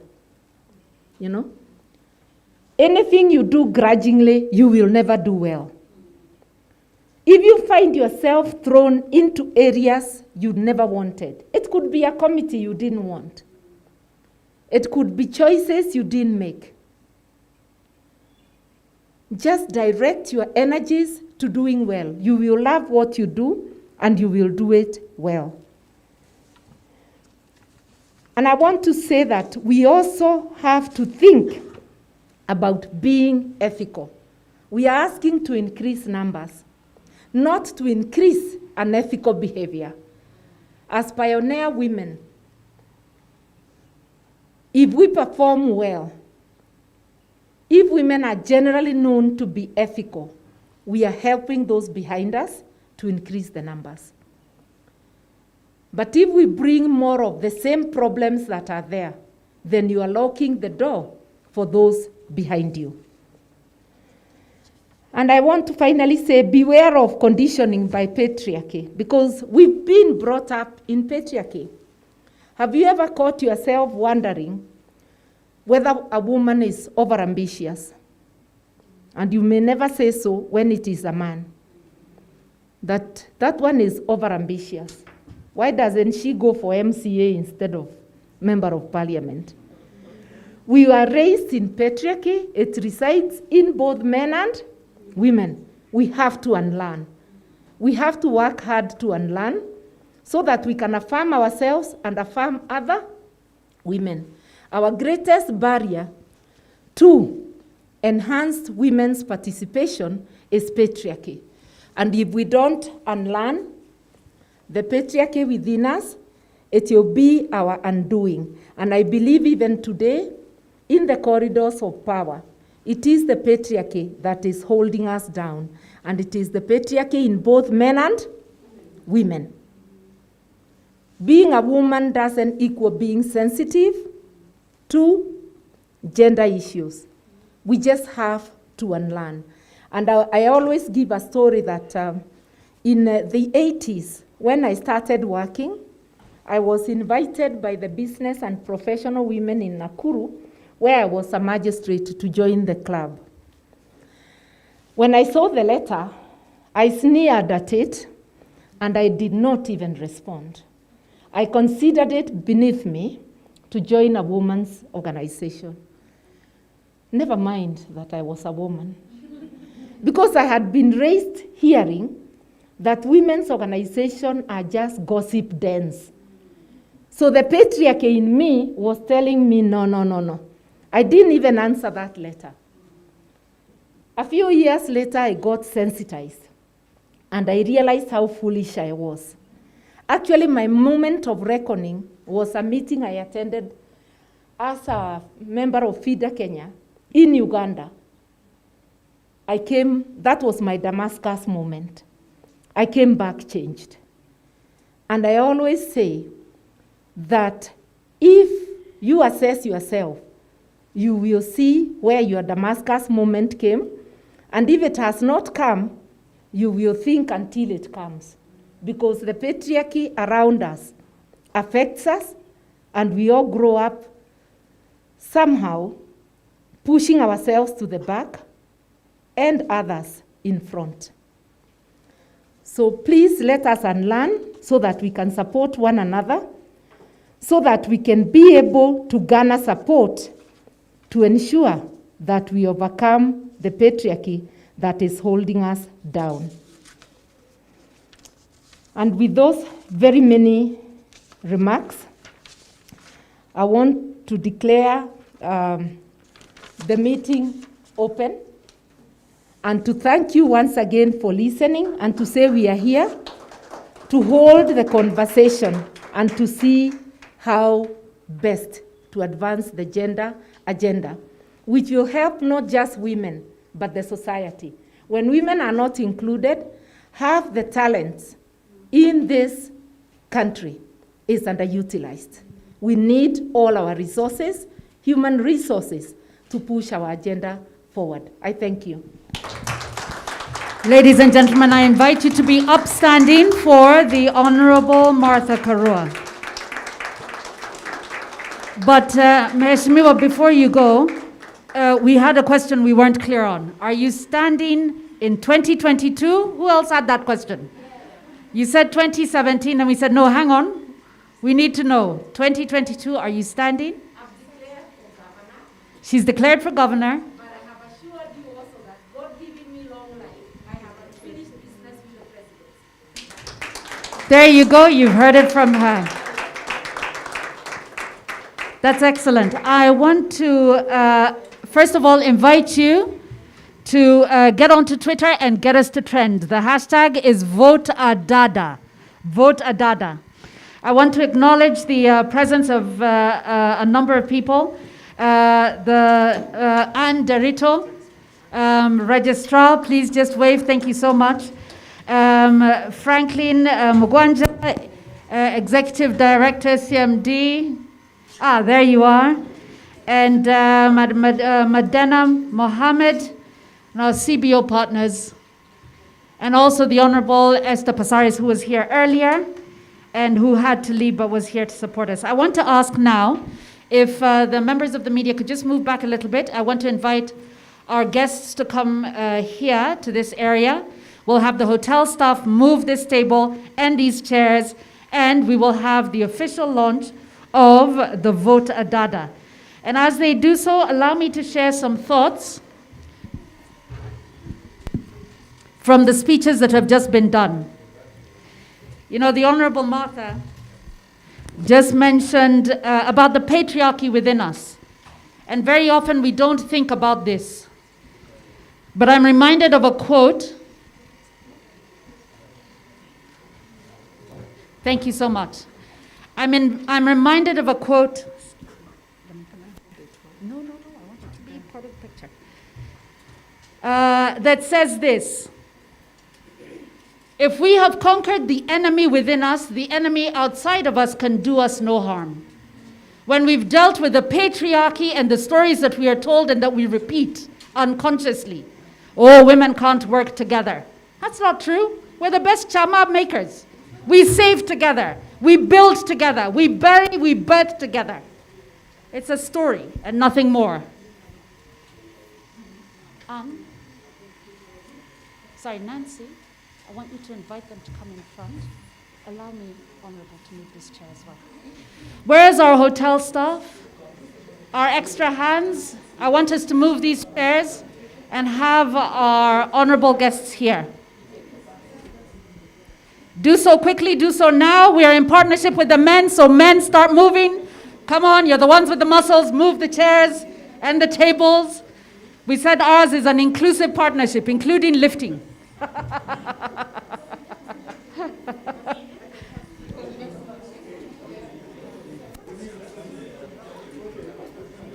Where are you going? Oh, okay. Oh, let me go over there then. Yeah, oh, okay, thank you so much. Oh, no, it's no time. Minority and marginalized women, women with disabilities, women in the grassroots. Wakati ni sasa, kauli ni moja, vote Adada.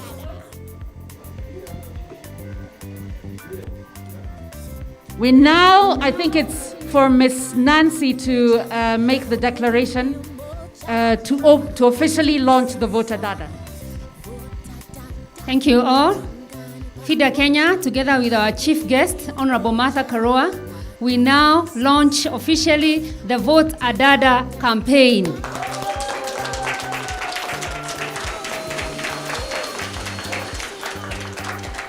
Wakati ni sasa, kauli mbiu ni moja, Vote Adada.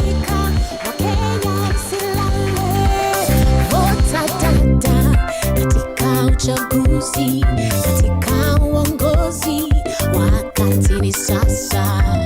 Vote Adada katika uchaguzi, katika uongozi, wakati ni sasa. Vote Adada, mama msilale, wakati wetu umefika, wanawake msilale.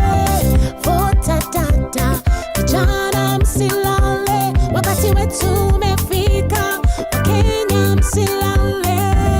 Vote Adada, wilayani, mashinani, hapa mjini. Vote Adada, wilayani, mashinani, hapa mjini. Vote Adada, mama msilale, wakati wetu umefika, wanawake msilale. Vote Adada, vijana msilale, wakati wetu umefika, Wakenya msilale. Vote Adada, vote Adada, vote Adada, vote Adada, vote Adada, mama msilale, wakati wetu umefika, wanawake msilale. Vote Adada, vijana msilale, wakati wetu umefika, Wakenya msilale. Vote Adada, wilayani, vote Adada, mashinani, vote Adada, hapa mjini. Vote Adada, vote Adada, vote Adada, vote Adada, vote Adada, vote Adada, vote Adada, mama msilale, wakati wetu umefika, wanawake msilale. Vote Adada, vijana msilale, wakati wetu umefika, Wakenya msilale. Vote Adada.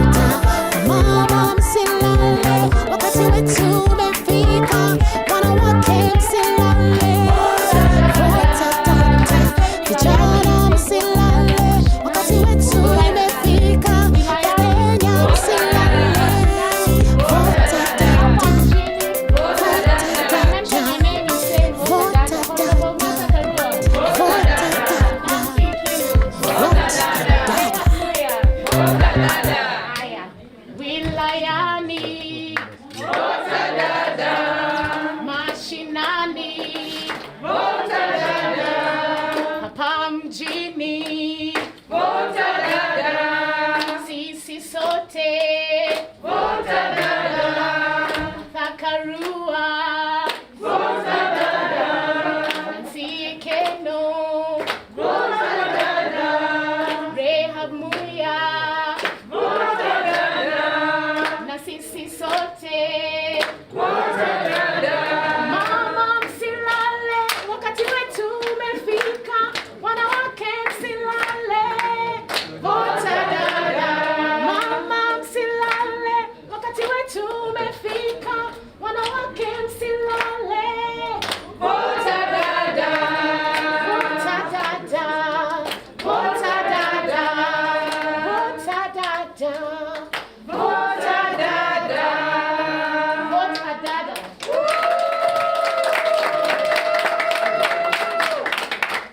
Excellent. I now want to invite you, come, there's someone whispering into my ear. Whisper quickly. What would you like?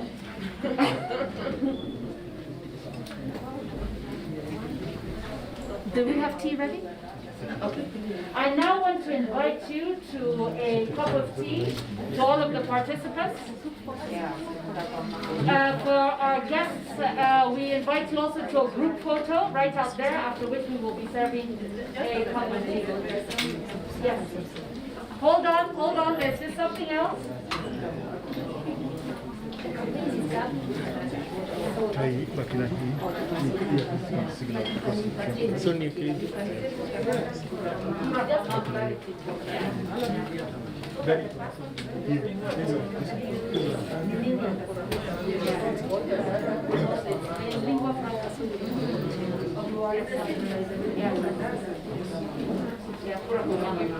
Excellent. Can I invite you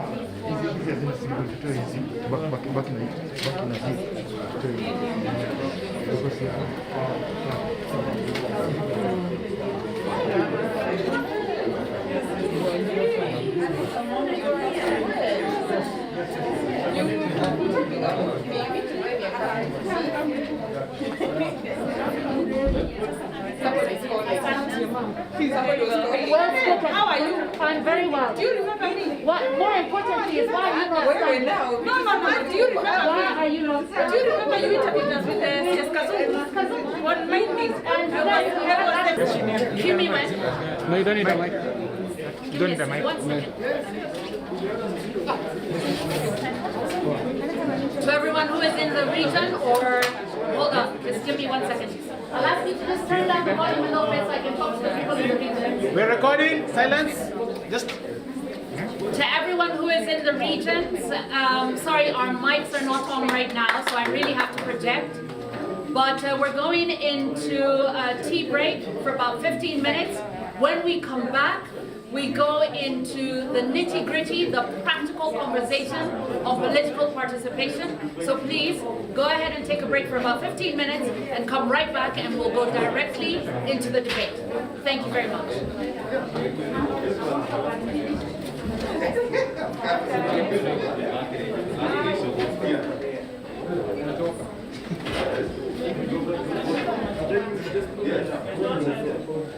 I am around today. I am around today. Yes, I'm around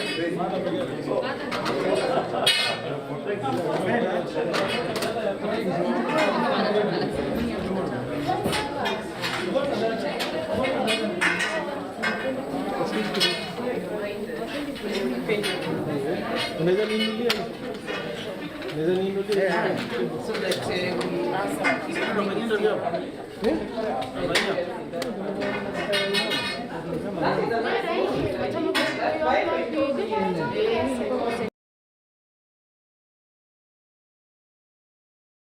Come for women leadership to rise. Women from the national and county levels. Young, old, minority and marginalized women. Women with disabilities. Women in the grassroots. Wakati ni sasa. Kauli ni moja. Vote adada.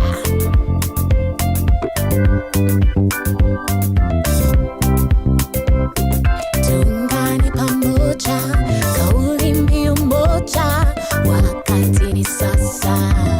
Vota dada, tuungane pamoja, kauli mbiu moja, wakati ni sasa. Vota dada, mama msilale, wakati wetu umefika, wanawake msilale. Vota dada, vijana msilale, wakati wetu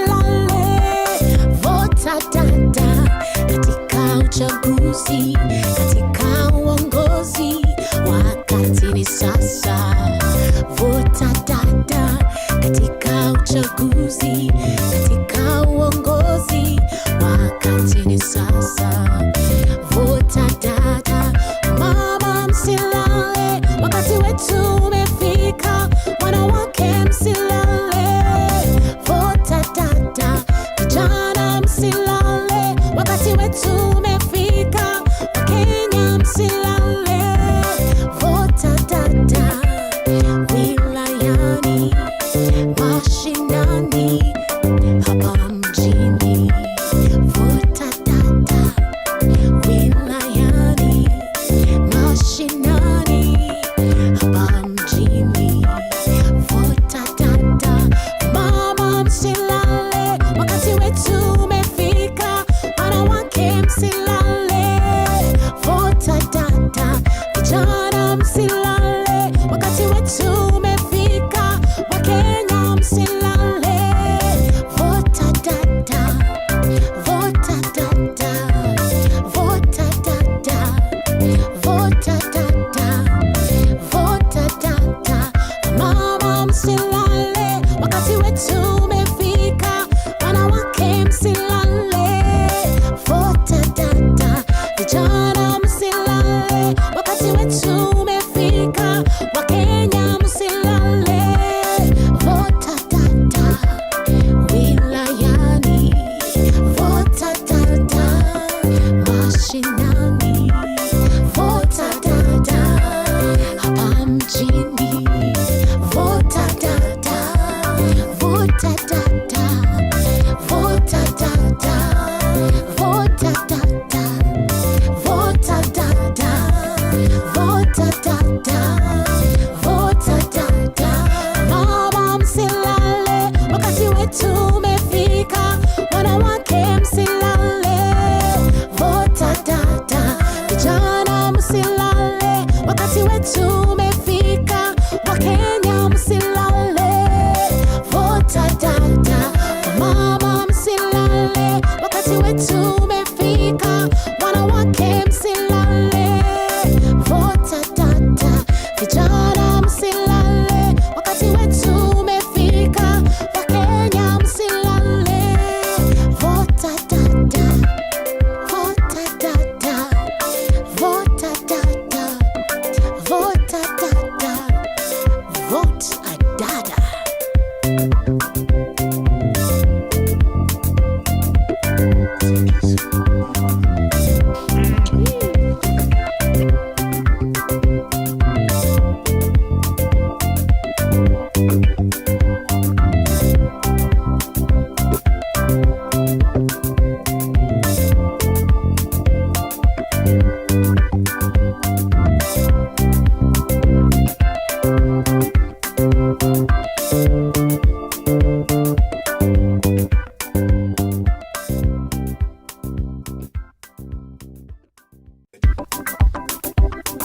The time has come for women leadership to rise.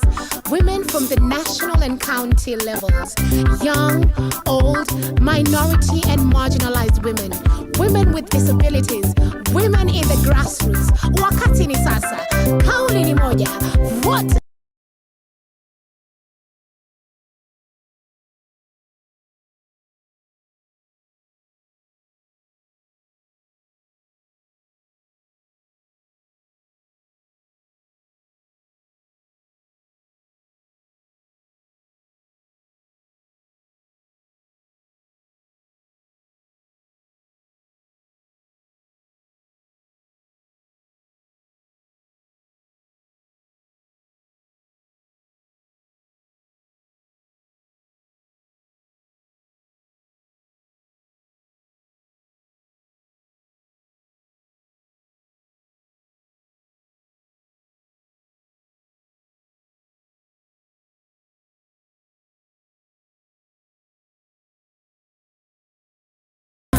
Katika uchaguzi, katika uongozi, wakati ni sasa, vuta data. Mama msilale, wakati wetu umefika, wanawake msilale, vuta data. Vijana msilale, wakati wetu umefika, Wakenya msilale, vuta data wilayani, mashinani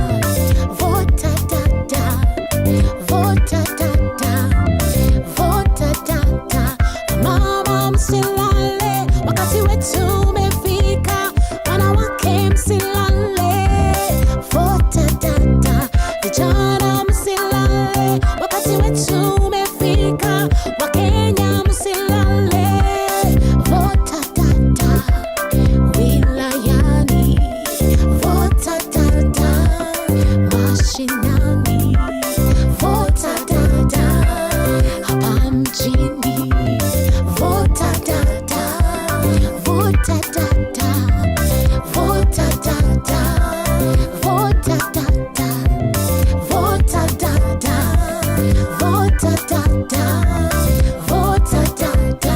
Mama msilale, wakati wetu umefika, wanawake msilale, vota dada, vijana msilale, wakati wetu umefika, Wakenya msilale, vota dada, mama msilale, wakati wetu umefika, wanawake msilale, vota dada, vijana msilale, wakati wetu umefika, Wakenya msilale, vota dada, vota dada, vota dada, vota dada, vote a dada.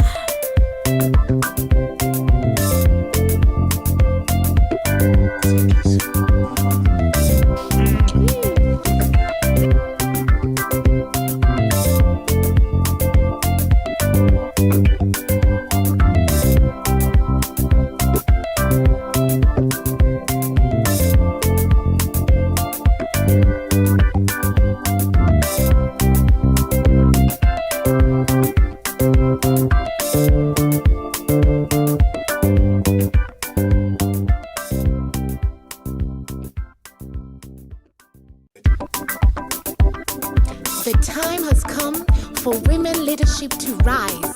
Women from the national and county levels, young, old, minority and marginalized women, women with disabilities, women in the grassroots. Wakati ni sasa, kauli ni moja, vote a dada.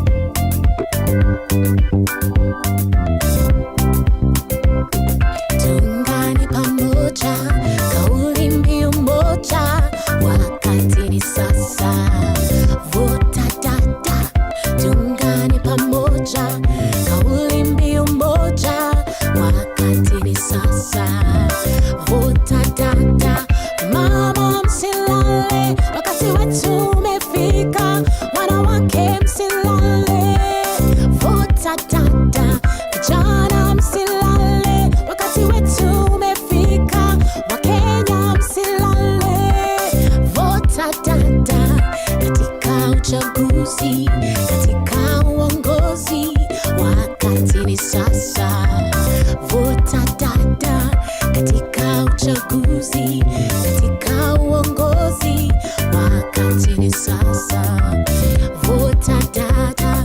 Mama msilale, wakati wetu umefika, wanawake msilale, vota dada. Vijana msilale, wakati wetu umefika, Wakenya msilale, vota dada wilayani, mashinani, hapa mjini, vota dada wilayani, mashinani, hapa mjini, vota dada. Mama msilale, wakati wetu umefika, wanawake msilale.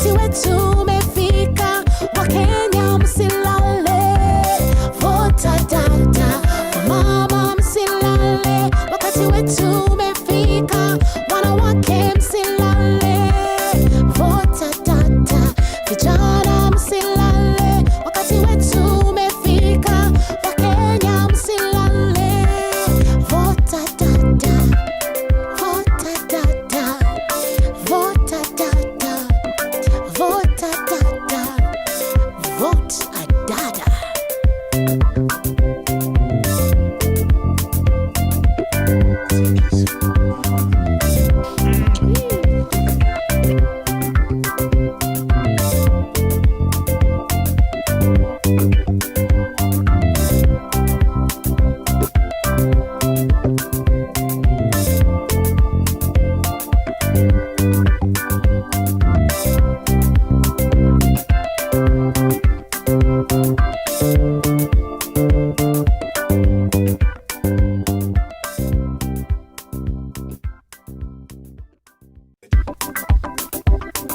The time has come for women leadership to rise. Women from the national and county levels, young, old, minority and marginalized women, women with disabilities, women in the grassroots. Wakati ni sasa, kauli ni moja, vote a dada.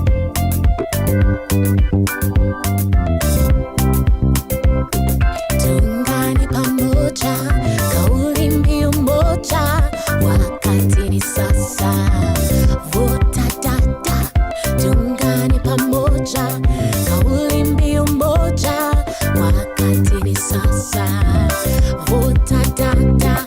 Mama msilale, wakati wetu umefika, wanawake msilale, vota dada, vijana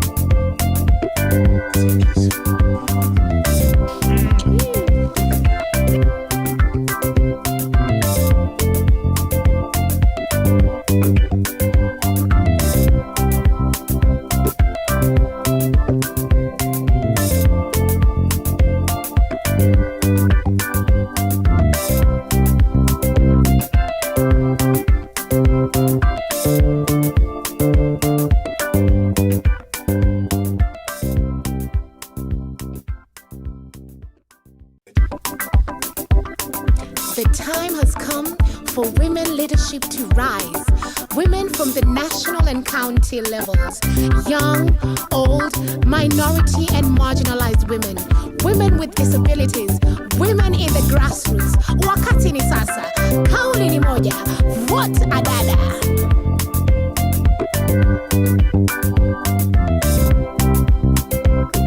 Tuungane pamoja, kauli mbiu moja, wakati ni sasa, vote Adada. Tuungane pamoja, kauli mbiu moja, wakati ni sasa, vote Adada. Mama msilale, wakati wetu umefika, wanawake msilale, vote Adada.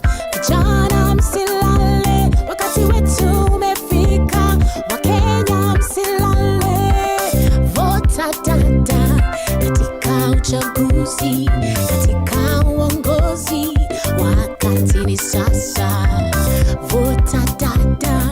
Katika uchaguzi, katika uongozi, wakati ni sasa, vote Adada. Mama msilale, wakati wetu umefika, wanawake msilale, vote Adada. Vijana msilale, wakati wetu umefika, Wakenya msilale, vote Adada. Wilayani, mashinani, hapa mjini, vote Adada. Wilayani, mashinani, hapa mjini, vote Adada. Mama msilale, wakati wetu umefika, wanawake msilale, vote Adada. Vijana msilale, wakati wetu umefika, Wakenya msilale, vote Adada. Vote Adada. Vote Adada. Vote Adada. Vote Adada. Mama msilale, wakati wetu umefika, wanawake msilale, vote Adada. Vijana msilale, wakati wetu umefika, Wakenya msilale, vote Adada. Wilayani, vote Adada. Mashinani, vote Adada. Hapa mjini, vote Adada. Vote Adada. Vote Adada. Vote Adada. Vote Adada. Vote Adada. Vote Adada. Mama msilale, wakati wetu umefika, wanawake msilale, vote Adada.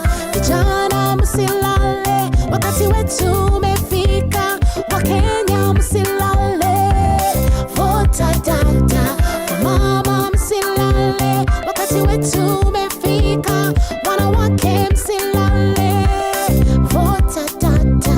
Vijana msilale, wakati wetu umefika, Wakenya msilale, vote Adada.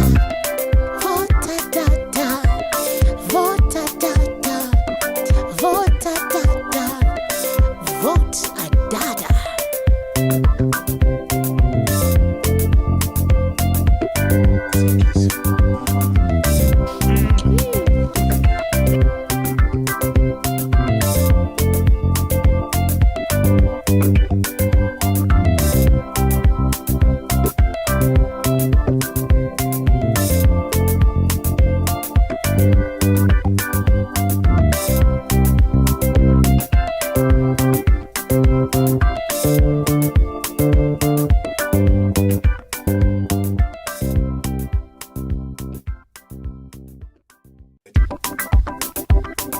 The time has come for women leadership to rise. Women from the national and county levels, young, old, minority and marginalized women, women with disabilities, women in the grassroots. Wakati ni sasa, kauli ni moja, vote Adada.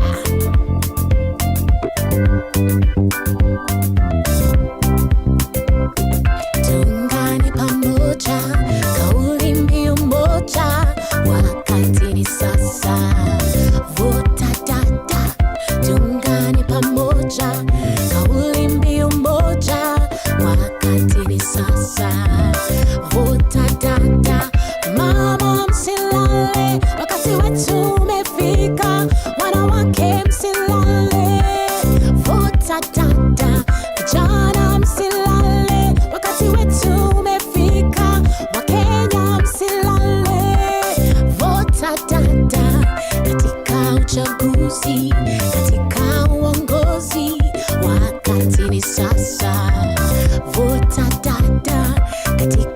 uchaguzi, katika uongozi, wakati ni sasa.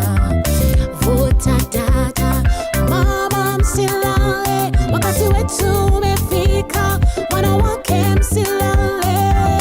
Vota dada, vijana msilale, wakati wetu umefika, Wakenya msilale. Vota dada, wilayani, mashinani, hapa mjini. Vota dada, wilayani, mashinani, hapa mjini. Vota dada, mama msilale, wakati wetu umefika, wanawake msilale. Vota dada, vijana msilale, wakati wetu umefika, Wakenya msilale. Vota dada, vota dada, vota dada, vota dada, vota dada, mama msilale, wakati wetu umefika, wanawake msilale. Vota dada, vijana msilale, wakati wetu umefika, Wakenya msilale. Vota dada, wilayani, vota dada, mashinani, vota dada, hapa mjini. Vota dada, vota dada, vota dada, vota dada, vota dada, vota dada, vota dada, mama msilale, wakati wetu umefika, wanawake msilale. Vota dada, vijana msilale, wakati wetu umefika, Wakenya msilale. Vota dada, mama msilale, wakati wetu umefika, wanawake msilale. Vota dada, vijana msilale, wakati wetu umefika, Wakenya msilale. Vota dada, vota dada, vota dada, vota dada, vote a dada.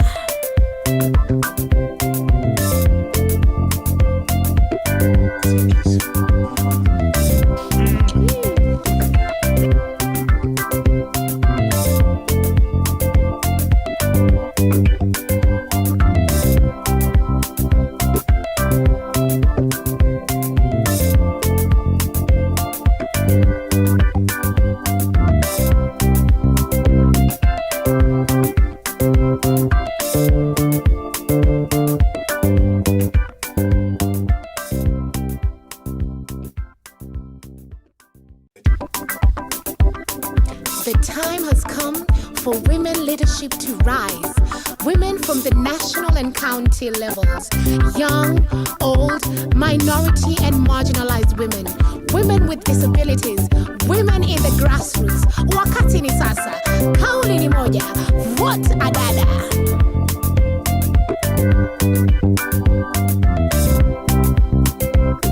Tuungane pamoja, kauli mbiu moja, wakati ni sasa.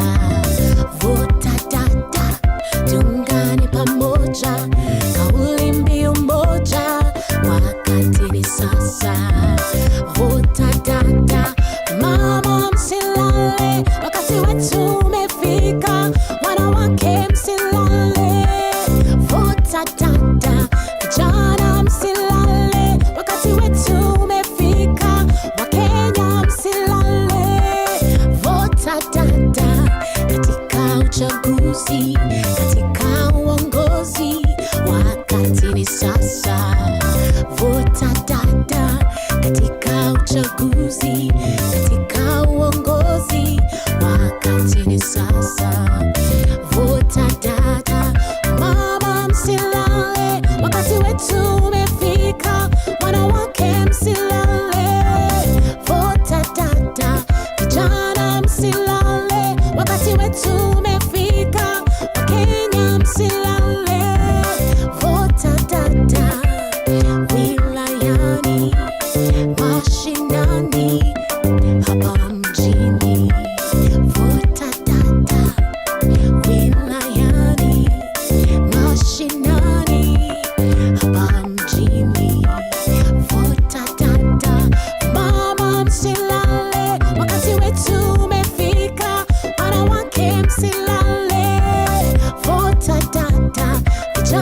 msilale, wakati wetu umefika. Wakenya msilale, vota dada, vota dada, vota dada, vota dada, vota dada. Mama msilale, wakati wetu umefika. Wanawake msilale, vota dada. Vijana msilale, wakati wetu umefika. Wakenya msilale, vota dada. Wilayani, vota dada. Mashinani, vota dada. Hapa mjini, vota dada. Vota dada. Vota dada. Vota dada. Vota dada. Vota dada. Vota dada. Mama msilale, wakati wetu umefika. Wanawake msilale, vota dada. Vijana msilale, wakati wetu umefika. Wakenya msilale, vota dada. Mama msilale, wakati wetu umefika. Wanawake msilale, vota dada. Vijana msilale, wakati wetu umefika. Wakenya msilale, vota dada. Vota dada. Vota dada. Vota dada. Vote a dada.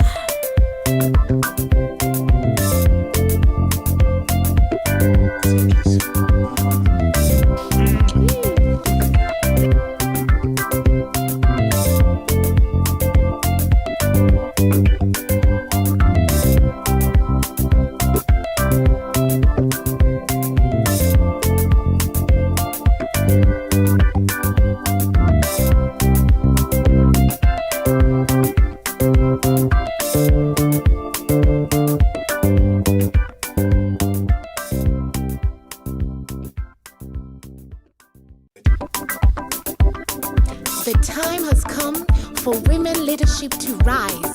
Women from the national and county levels.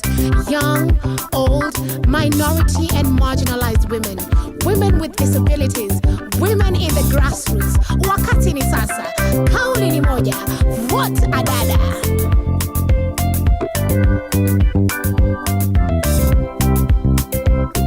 Tuungane pamoja, kauli mbiu moja.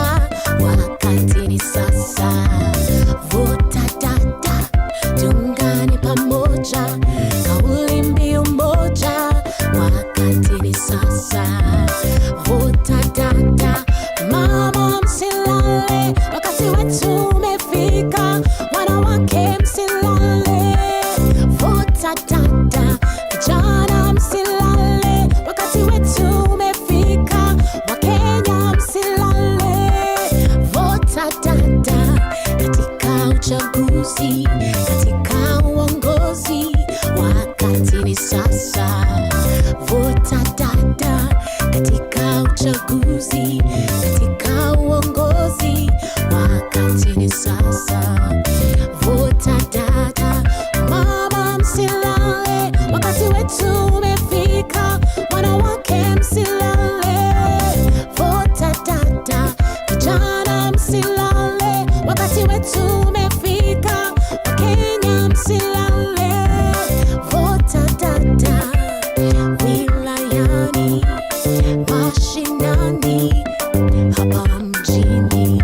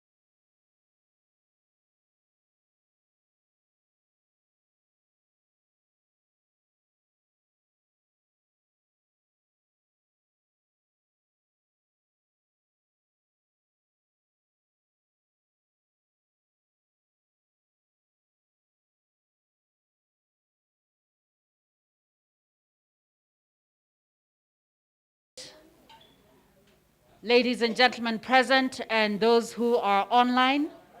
Welcome back.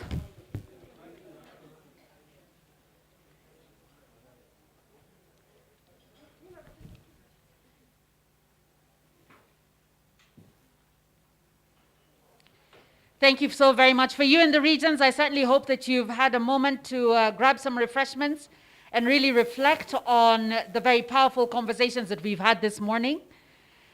And now we go to the practical aspects of it. We talk about how we're going to be able to push forward the Vote a Dada initiative. And so to kick us off is our session that will be led by our very own Commissioner Winfred Lichuma. Commissioner has not only been a long-standing member and a very active member of FIDA, but was also a member of the National Gender and Equality Commission, the Kenya Human Rights Commission, and speaks not only to matters gender, but also to how we can promote the voices that remain unheard or less heard and ensure that there's inclusivity. I will invite her now onto the stage, and she in turn will introduce each of the panelists. Welcome.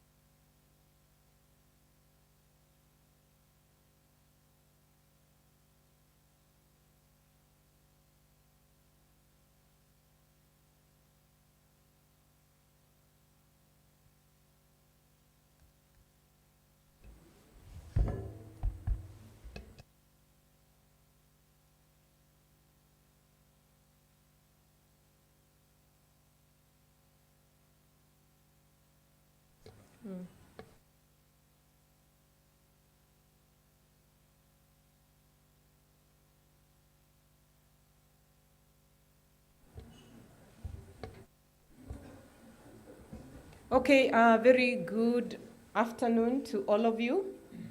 It is my pleasure to be here this afternoon. We have had a wonderful launch, good speeches since morning, and we will just be continuing with our conversation. And the conversation we are now about to have, we will do a panel discussion, and welcoming our colleagues who are online. Good afternoon. I hope you are following us. Join us on Facebook, Twitter. Let's get the message out there. Wakati ni sasa, kauli mbiu ni moja, vote a data. And we've been told to add vote mama, so that we get the message loud and clear. The panel we're about to have is women political participation, prospects, opportunities, and challenges. Women political participation, prospects, opportunities, and challenges.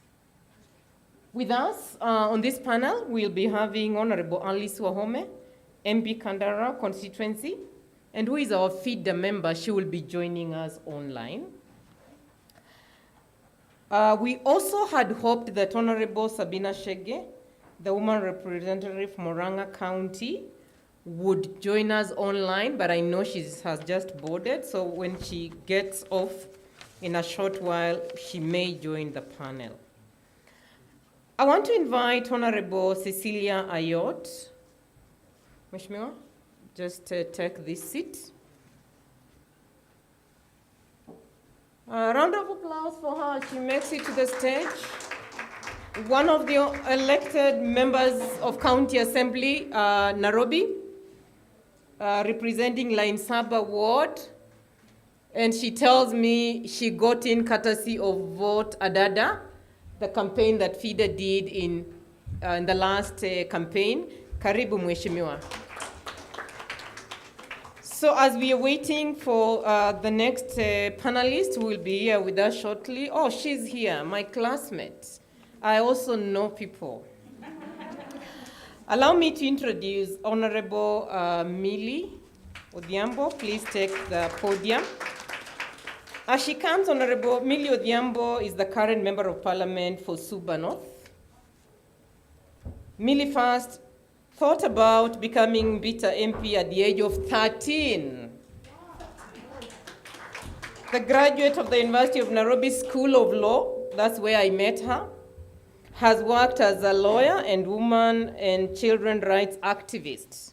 She started the Credo, one of the dreams she had come true, where she supported children to access justice. She founded the organization that promotes the rights of children in 1997. Honorable Millie, congratulations. Millie has received the YWCA Democracy Award and the Eve Woman of the Year for Human Rights and Gender. Her political tipping point came when she served as a delegate at the Bomas of Kenya during the constitutional drafting process. ODM party nominated her to parliament in 2008, and she clinched the Mbita seat in 2013 election. Let's put our hands together for Honorable Millie. We'll be joined by Honorable Alice Wahome shortly online. Mheshimiwa, are you there? Not yet. But Alice Wahome is the current Kandara constituency member of parliament, also elected from a single member constituency. She's a courageous and a stout debater and also a force to reckon with, having broken the glass ceiling to become the first female member of parliament for Kandara. Between 1991 and 2001, she was deeply involved in the women movement. And in the same period, she joined FIDA Council as a vice chairperson. She has also served as a Lost Society of Kenya Council member for 2 years. In 2013, she vied for the Kandara constituency parliamentary seat and won, becoming one out of the 16 women who were elected as MPs against 274 men. Let's put our hands together for Mheshimiwa Alice, who will be joining us online. And if Honorable Sabina Chege will join us, let me just also introduce her. Honorable Sabina Chege is the current woman rep, Murang'a County. She's a woman of many talents and used to be an actor at the Kenya National Theatre. She served as a radio presenter for many years, where she addressed development and women issues. Transforming people is her passion. And that is Honorable Sabina Chege. Let's put our hands together for her.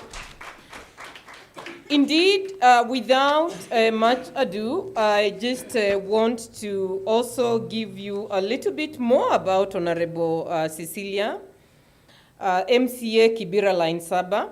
She was born and raised in Kibera, so of course very interesting to see how she has come up to this point.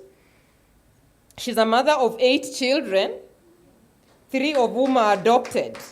Her motivation comes from growing up in Kibera and seeing the various factors that face the residents, all pointing up to poor leadership.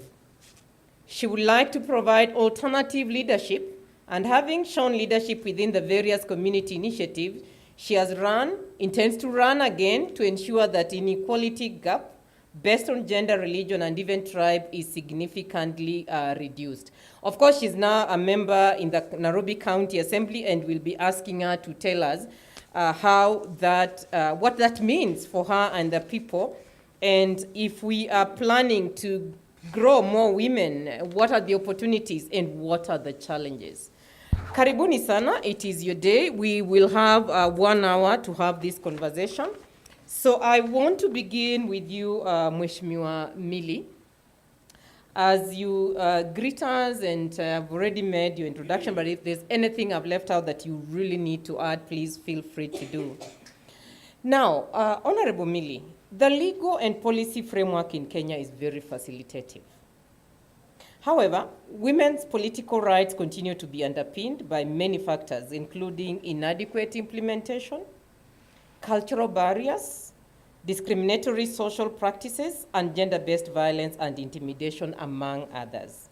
In your own opinion, is there a disconnect between policy and practice? What can be done to ensure effective implementation of the policy and legal framework if we have to guarantee that we need to get more numbers of women elected in 2022? You have the floor. You have 10 minutes. Good afternoon, everyone.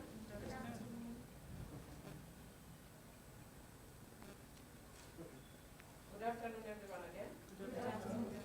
Let me take this opportunity to thank FIDA for an excellent launch, even as we are moving towards 2022, and also recognizing the need to have more women in leadership.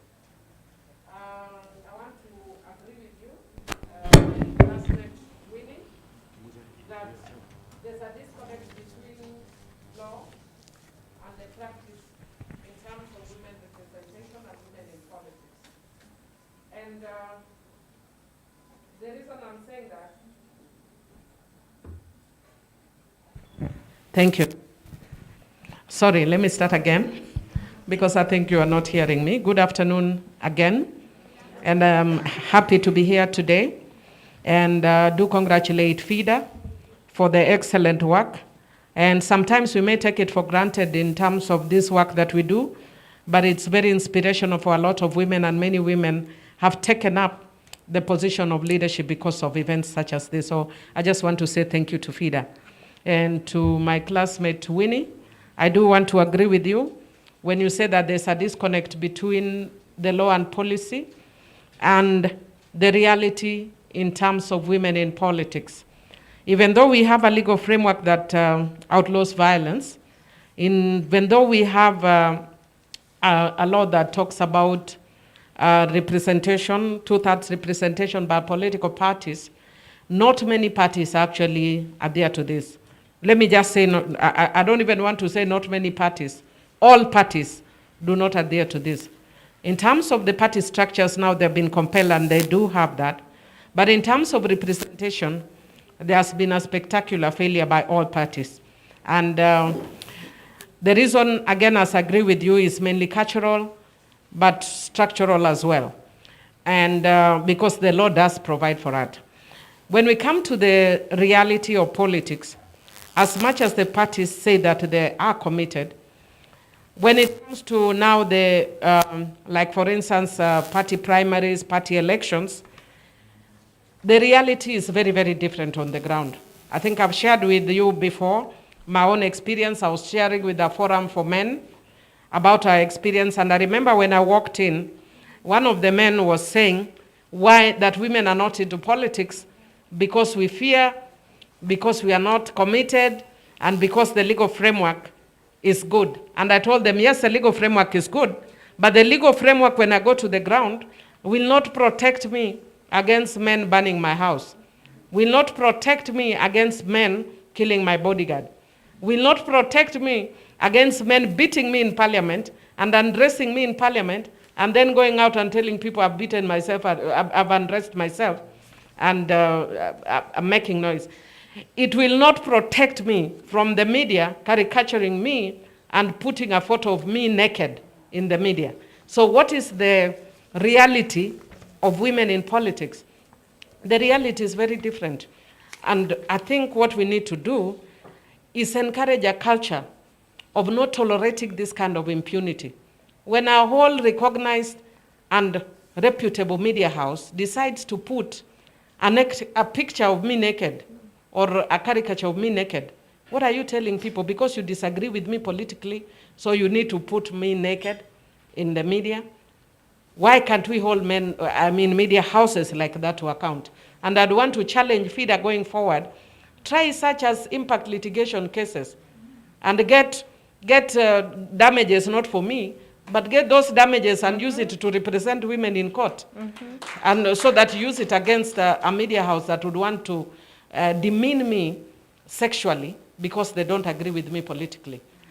We need to take impact litigation cases against parties where there is violence against women that is not dealt with. Let us take action. So I know Honorable Martha had challenged us that from within, we need to make spaces for women who are outside so they join. But I think we must have an ongoing conversation both inside and outside. The women who are outside must defend the women who are also inside. That sometimes, because we know politics is a very lonely journey, you may be fighting and you are fighting on your own. Like the times when I was going through violence.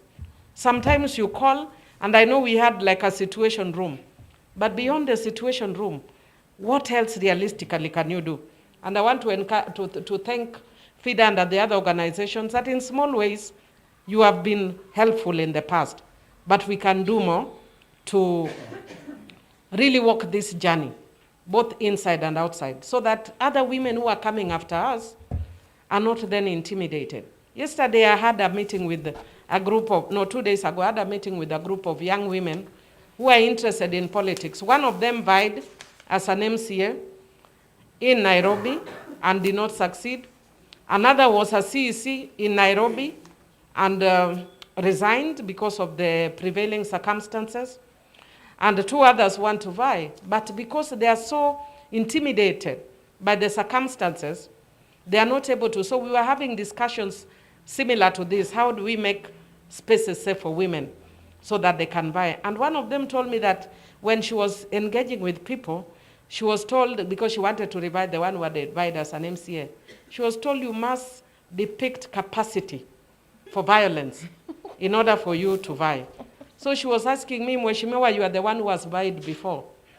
Please explain to me what it means depicting capacity for violence. And of course, I explained to her what that actually means, depicting the capacity for violence. And I'm glad I'm seeing my good friend, Honorable Esther Passaris, is already here. And Esther knows that every time when you talk as a woman, even in parliament, because it will happen outside and both inside parliament, when you talk inside parliament and men disagree with you, they want to make it a below the belt issue. You remember there was a time I was defending Esther on an issue where she was being attacked by the former governor of Nairobi. And then what does he do? He makes it a sexual issue around me. So he attacks me on a sexual issue. And many of you don't actually believe what I did. I said, this guy has become a bully and I am going to take him on. So what I did is I said, I am dedicating one whole day to a man called Sonko. And I sat in my sitting room and I told people, do not come anywhere near me. I am taking on Sonko today. And I know that he has bloggers, so I was expecting them to come and attack me as I attack him. So I attacked him and talked to him about full stops and exclamation marks. That a man who has, who demeans women, I have full stops and no exclamation marks. The men who defend women have exclamation marks where it matters. And so, as expected, the bloggers came, and I could tell. The first team that came was from Nairobi University, because if you look at their profiles, they were all University of Nairobi. So they were attacking me, and I was responding one by one as I block. I respond to you, you abuse me, I abuse you back, and block. But how many of us are able to do that? I only stopped when my phone hung. But otherwise, I was willing to go the whole day, because I dedicated the day for Sonko. But it doesn't have to be that way. Somebody needs to tell bullies like Sonko that you cannot take on women. But when I'm fighting that war, and I remember saying I'm a one-woman army, but I don't need to be a one-woman army. I need the women to work with me so that we are a women army that can take on people who are demeaning women. I think that is why for me, yes, there's still a very serious disconnect between law, policies, and practice. And even the case where I told you where I was beaten up and undressed in parliament. Then it still become my issue. If you Google Millie Odhiambo now, what do you see? Her thong, her panty. If it wasn't that I'm a kichwa ngumu, I would have nowhere to hide now. Because people define me by my thongs and my panties. And because I'm a kichwa ngumu, I tell you, so what, I have it's Victoria's Secrets anyway, even if it's a thong. Tafuta bibi yako umununulie Victoria's Secret if it's your problem. But how many of us can talk like that? How many of us can challenge like that? So that's why we need to make this journey a joint journey of protecting women in political spaces. Thank you. Oh, lovely. Thank you, Honorable Millie. I just keep listening to you every day. So as I pass on my next question to Honorable Cecilia, could I ask Honorable Esther Passaris to make it to the podium? We have a chair here for you. And put our hands together for Honorable Passaris, Esther Muthoni Passaris. She's a social entrepreneur, philanthropist, a politician. She's the Nairobi County Woman Representative in this parliament. Karibu Mheshimiwa. Thank you for joining us. My next question now goes to Cecilia Ayot. Very excited about you having made it as an elected member of Nairobi County Assembly. I'm hoping that in 10 minutes, Cecilia, you will share with us what your strengths were, the barriers and challenges, and how you were able to overcome them. You have 10 minutes.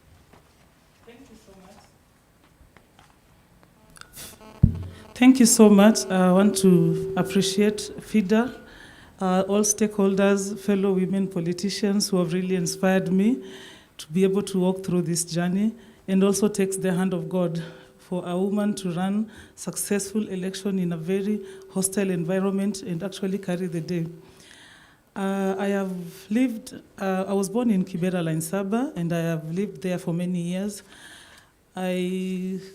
I got pregnant when I was 17 years, and I was a very bright student, so my father really got upset, and he would abuse my mom, and the home was terrible. So because I loved my mom so much and I knew it had nothing to do with her, I opted to leave the home and went and started living with this guy who had made me pregnant then.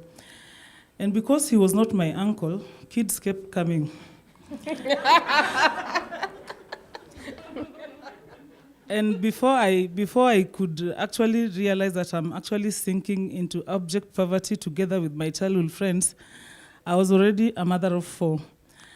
And I would really get inspired by watching Oprah Winfrey and seeing women who had politically achieved, and I would read and watch and really admired how these women made it. So I started to caucus with my fellow young girls who we used to live in and said, no, we cannot be staying in the house to be subjected to all this violence. Let us go and look for work in the upper estates as house helps and any work that we could do. Then it was very difficult because remember I had dropped in high school at Form 3. So I remember one day when we went to look for work, I was told, can you speak good English? And that was a challenge. Then therefore I could not be employed. So we came back home and I really felt sad that even the lowest of the lowest opportunity you cannot get when you have not gone to school. So we mobilized around other women and we started a school called St. Martin's School and Daycare Center. And the reason why we started this school was to help our kids not go through the same problems we had gone to. I remember then there was free primary education, but even the reality of that free primary education was not there. Because when we took our kids to school, most of the single mothers were asked for birth certificates. When somebody gives birth to you, they cannot give you their identity cards to go and pursue birth certificate. So kids from single parent families could not enroll to school either. So we started running the school and I joined the civil society and I started volunteering. And the school was not really a school per se because we were using a church hall, a mad house, and the only requirement there was daily food ratio and somebody who would sing nursery rhymes with the kids. So with publicity, it grew. And with my commitment and engagement to the civil society organizations, I started doing volunteering work on peace building and conflict resolution issues. And when 2013 elections were about, a few people told me, Ayot, you can run for an elective position and win. And this was informed by the former councillor who had helped campaign. Then I realized that I had the capacity to influence people's decision. And they would tell me, why are you asking for votes for him? Why don't you ask for your own votes? So come 2013, I was told again by a friend, but then I didn't know how. But they kept saying, you can, you can, you can. So I started to prepare myself to run for elections. It was very late, it was in December. The old question of degree had come into place, and I was just a Form 4 dropout. But then I just gathered strength from where I can't tell anyone, and then prepared my papers and went. And around April, somebody told me that you can actually enroll and sit for your KCSE exam as a private candidate. Then I went and enrolled and searched for KCSE, but it was also another biggest problem of my life because my son then, who had given birth, was in Form 4 too. So I would sit with him and ask him questions about mathematics, and he did not understand. He didn't understand that I didn't go through the system, and therefore I would not understand issues like him. So he thought I was very stupid. So I stopped engaging my son and went to engage his friend. By that time, I was still in marriage, and it had gotten nasty. It was very violent. I don't know what name to call him because he's not even he was Churchill. So Churchill then would abuse me the whole night. I have four kids. One is breastfeeding. I've enrolled for KCSE exams. I wake up in the morning, I go and sit for my papers. I come, he abuses me literally until morning. Yani usiku kucha mpaka asubuhi nafika. But somehow I got strength by seeing women who had made it in politics, and even the fact that I was now becoming stronger than most of my childhood friends. Then I said I must fight for myself and fight for them. So I went and did my KCSE. Don't ask me what I got. I know the paper is not red or yellow. I sat for the Kenya Secondary Certificate Education, and that is in records. So then I offered my candidature. I ran successful campaign. It was very violent, and I am a proud mother of very beautiful girls. So I could receive a lot of threats for rape for my daughters. And it was very difficult for me. There was violence, and I would be beaten up. I would go and report. Police would tell me, unajua Kibera ni kubaya sana, hatuwezi kuja kushika mtu. Tukishika mtu hapa, hiyo maneno itakuwa mbaya sana. So nothing really happened. So 2013, I lost, but I lost with dignity. I became number 2 and lost with 216 votes. So by the time we were, and I realized that people really believed in me, and my friends were so disillusioned and heartbroken, so it gave me strength to really work extra hard. I went back to school, did certificate, did diploma. I'm currently doing my degree course. And I really built the school. As I speak with you now, my school is called St. Martin's School and Daycare Center. We have done KCP 4 times. This is the 5th time. And I was now stronger in capacity, stronger in spirit. Of course, the marriage then did not work. So when I was now trying to run again in 2017, I was told, malaya huyu umezaa watoto wanne, ulitupa bwana, unakuja kusimama. But then I got some unique strength. The more they insulted me, the stronger I became. And then I asked myself, why are they all ganging against me? There must be something that I'm not seeing. I want to fight and fight and fight harder. I went and registered, did my campaigns. It was dirty and violence, but I soldiered through. All the men ganged against me, but I beat all of them squarely, that nobody went to court. So the reason as to why I like telling this story is that, you see, my background had nothing to support any process that I would have taken later on in life. And I still made it. We have very many young women who have better opportunities and better chances and have no problems that I had when I was growing up. So they stand more better chances to run and successfully win for elections. And I would really want to encourage all of us that there's no situation that cannot make you run and offer leadership. Now in the county assembly, I am so proud they call me the Iron Lady, because I remain conscious and I do what is right, regardless of whether I remain alone. It has also been very difficult for me because the patriarchal nature even of our leadership. Mheshimiwa, I've complained to you that I don't sit in any committee. I'm not a chair of any committee, but that does not make me weak. I still do take my legislative roles and I still challenge anything that is not right. And it has also helped me get strength from development partners and NGOs, because at the assembly, at some point I could not even travel. Leadership would see my name and say, msichana kichwa ngumu anaenda wapi? Toa yeye kwa list. But then the other partners were able to tap on my potential, and I've visited several countries, courtesy of my civil society engagement and networks, to the level that they have now accepted that there's something good about this woman that we together as Nairobians can take.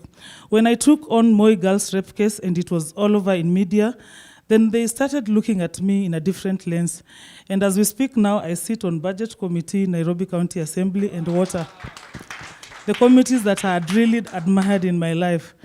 So I call upon women, and especially women who have more capacity and bigger capacity, to work with grassroots women initiatives, because a number of them offer their candidature, but they lack moral support. Sometimes it's not even financial.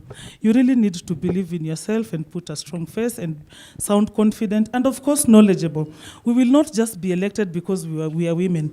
And even when I was campaigning, I would tell people to withdraw their gender lenses and judge me with the capacity fit for the job.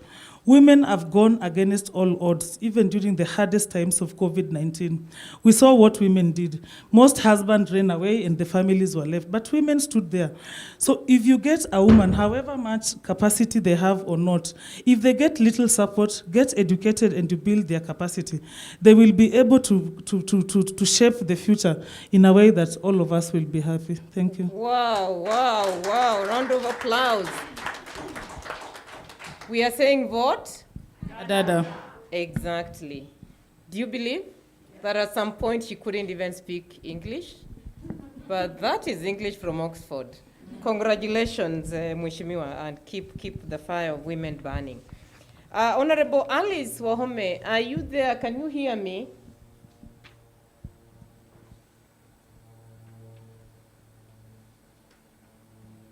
Honorable Alice Wahome, can you hear us?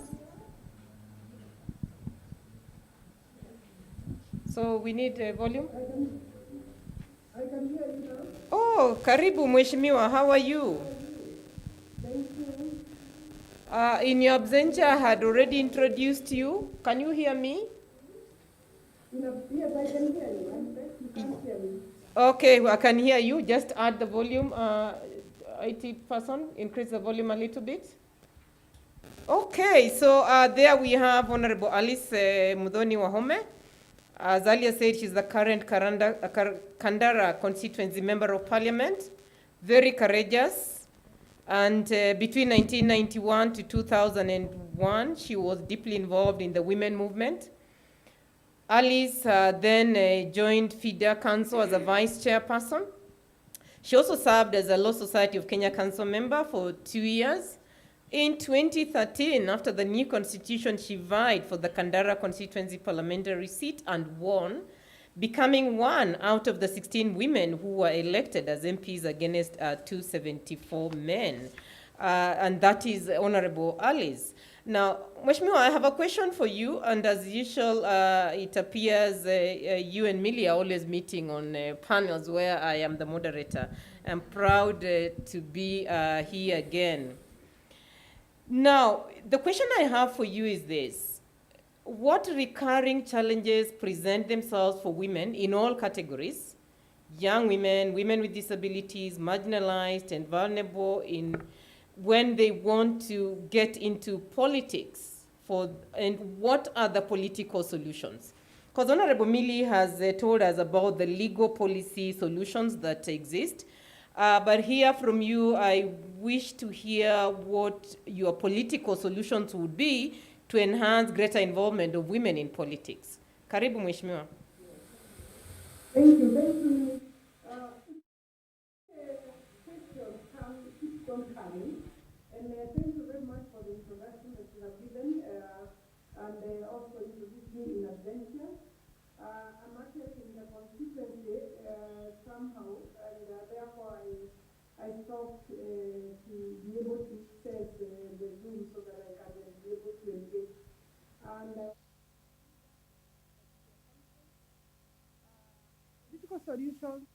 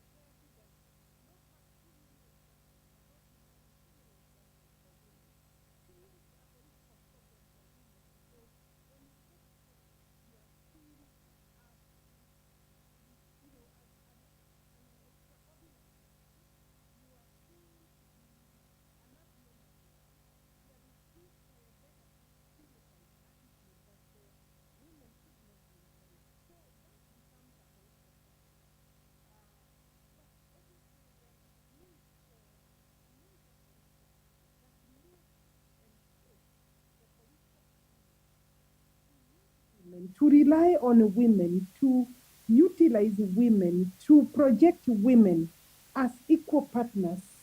That, therefore, I'm offering a solution that I think the political parties that shake the country, that shape the country, that shape politics should be in the front line in terms of projecting women positively. That would automatically offer a solution to women. I want to give an example. If Uhuru Kenyatta held a woman, 2, 3, 4 women, and said, these women are doing a good job, these women are capable, and why would he do that? He would do that because looking at the background, that there has been negative publicity, that there has been challenges against women that need to be moved and shifted by major decision makers.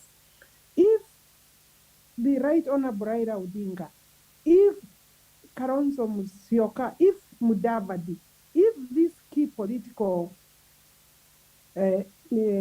movers were to put a strong case for women, I think that the negativity would start to melt down. If William Ruto projected women working with him positively, definitely, and of course opened doors in areas that they have major influence in terms of making decisions as to who would be elected. Obviously, voters make the decision, the final decision, but there are areas that our political leadership has certain marked advantage in terms of ground mobilization, in terms of influencing how the vote goes. And that is also a preserve. It becomes a preserve of certain political parties in certain areas, because even as we are moving and asking Kenyans to be able to mobilize themselves around a national unity, around national rallying calls about the eradication of poverty, about equal opportunities for all of us, about inclusivity.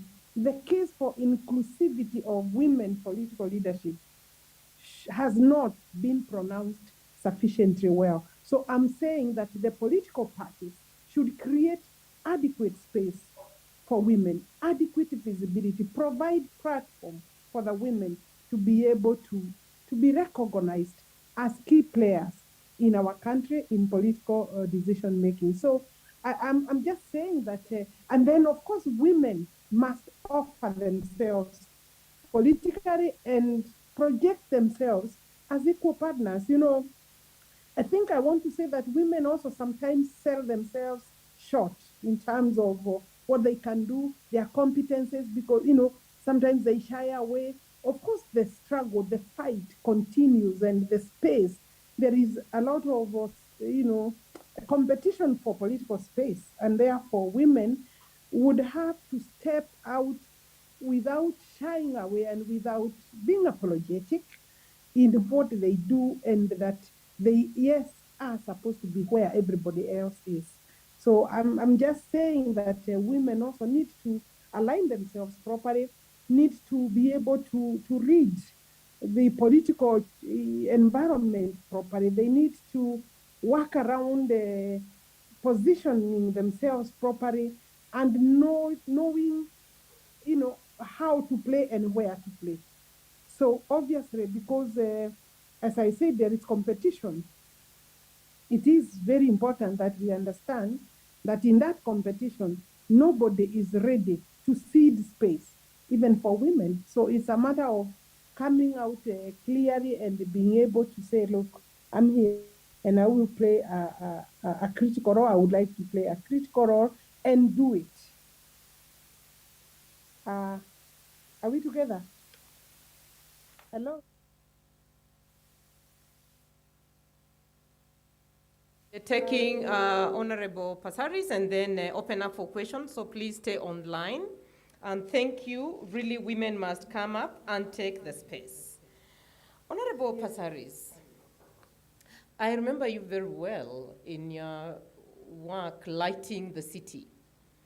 And when you decided to run for a political seat, I thought that would just have been a walk in the park, because people knew you, you were well known to everybody, and if that would translate in votes, really, you just ought to have come in without any question. Now, there is the context and there's the reality. It took you a while to come to Parliament. You are there. What would you tell Kenyans about the reality of women and politics in Kenya? And now that you've been there and we want more women to come in, what would you advise them to do? Karibu. Thank you very much. I want to first of all thank FIDA for organizing this event, and everyone that's participating today, online viewers as well, and my fellow panelists. First of all, politics and reality. The reason I decided to go into politics is because I wanted to make a difference. There is this expression that, if you want to bring change, you've got to be part of that change.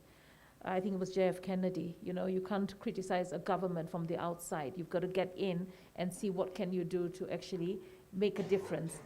So my journey started, of course, with the corruption that I experienced in the Nairobi County, and then I couldn't understand it. How can leaders not want the best for their own county? At that time, it was the council.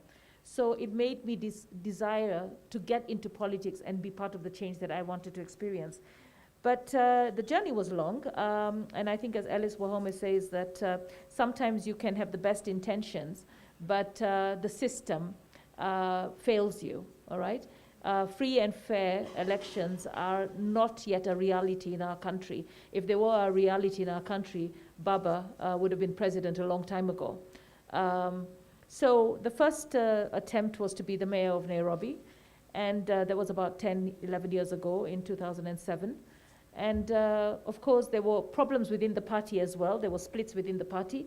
And of course, at that time, I was a candidate and there was another candidate. So at that time, you councillors were being motivated with envelopes. So I had a team here in Nairobi with Baba, and there was another team in Mombasa with another member of the party. So eventually, I wasn't gazetted.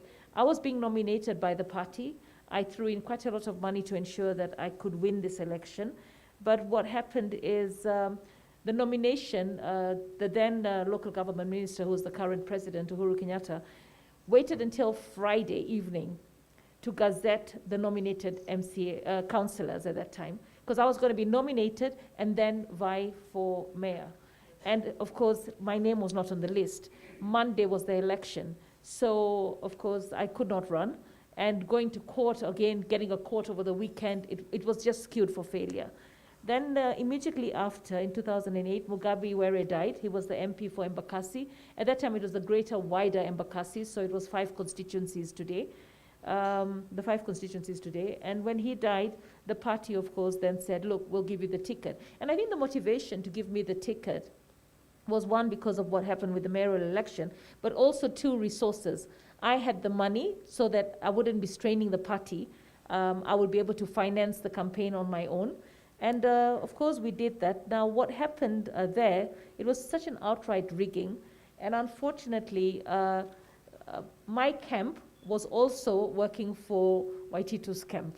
So, so I found, in fact, my camp had Governor Sonko. I'm the one who actually put him into politics. He was one of the guys that was in my camp.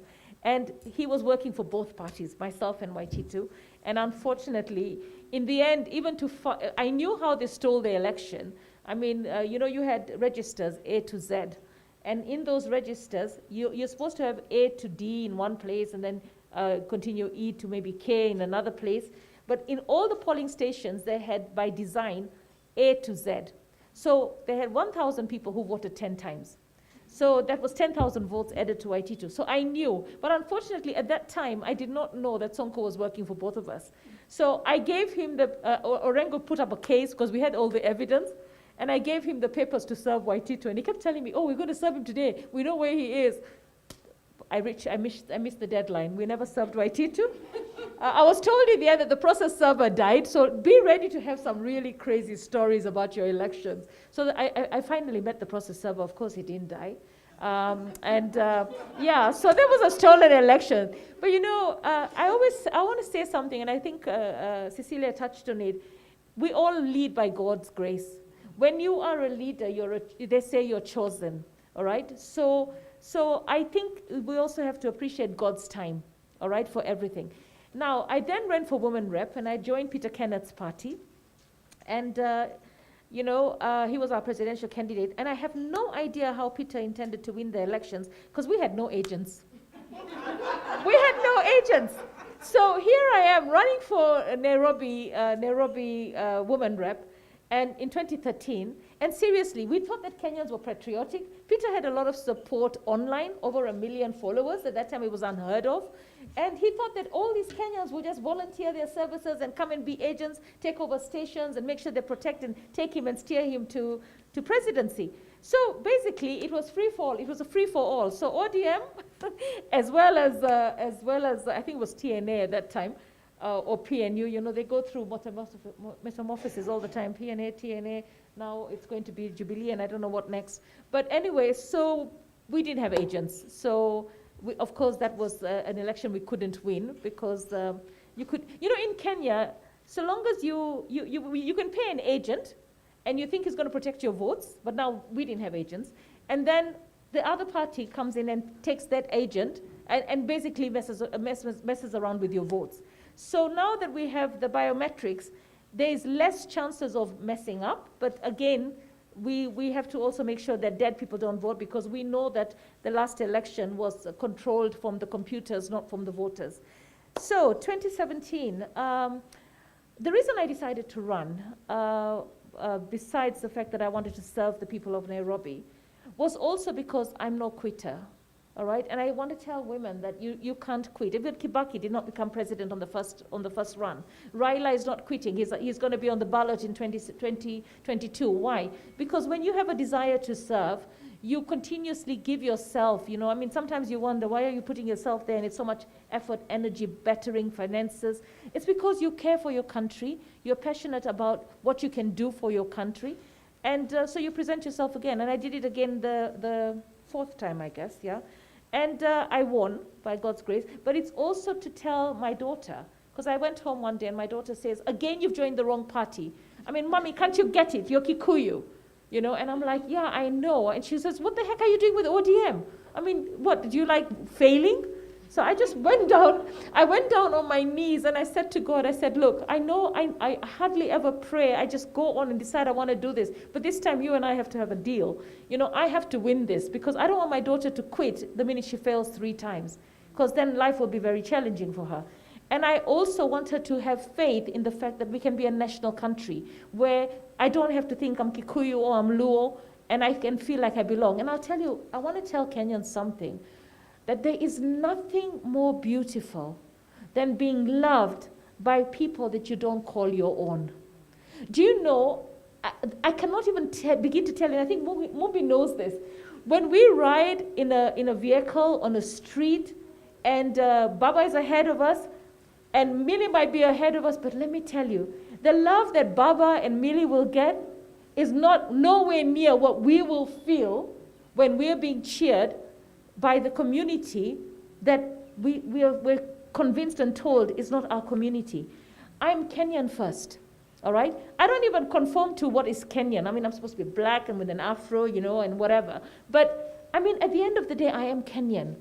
And that's what I resonate with. Kikuyu is my grandmother's tribe. My father's Greek, so in essence, I'm supposed to be Greek. That's why I'm never in those Mount Kenya meetings. I think if I learn Kikuyu, they might finally say, unaweza kuja. I don't know, Mumbi. I don't speak Kikuyu. I'm thinking maybe if I learn Kikuyu, I'll be called to the mountain to sit down and make decisions for the mountain, because I think the mountain is misled. So all I want is to tell women, you know, we need to move the mountain. All I need to do is to tell women that don't shy from politics, all right? We are going to have a plan as Nairobi to try and make sure that Cecilia is not lonely, all right? If she's still planning on running for MCA. Can you imagine 85 wards in Nairobi, and we have only 5 elected women? We need 50 elected women, all right? 17 constituencies, and we have only 1 woman, all right? And then the senator was a man, the governor was a man. Women, we need you. And let me tell you something, do not think you're not qualified. If you're running your house and managing your husband, believe you me, you're ready for politics. Thank you, thank you, thank you. Thank you, let's put hands together for that remark. Now, we open for questions. We have some 10 minutes, so we can open it up for questions.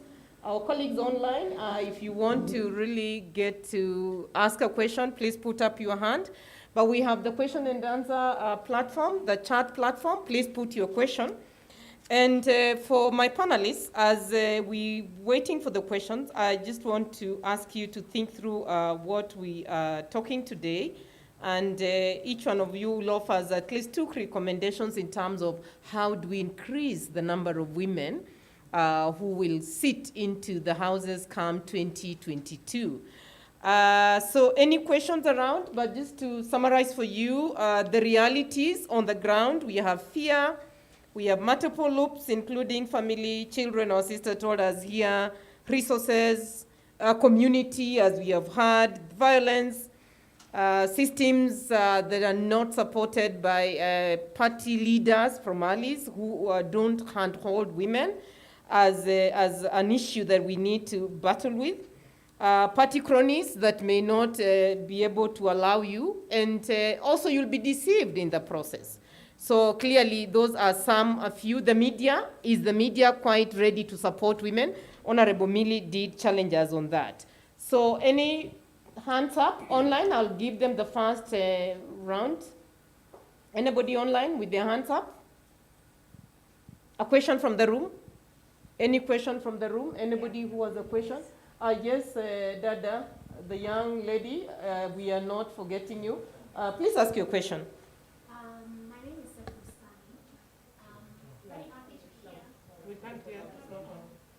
I'll just project my voice.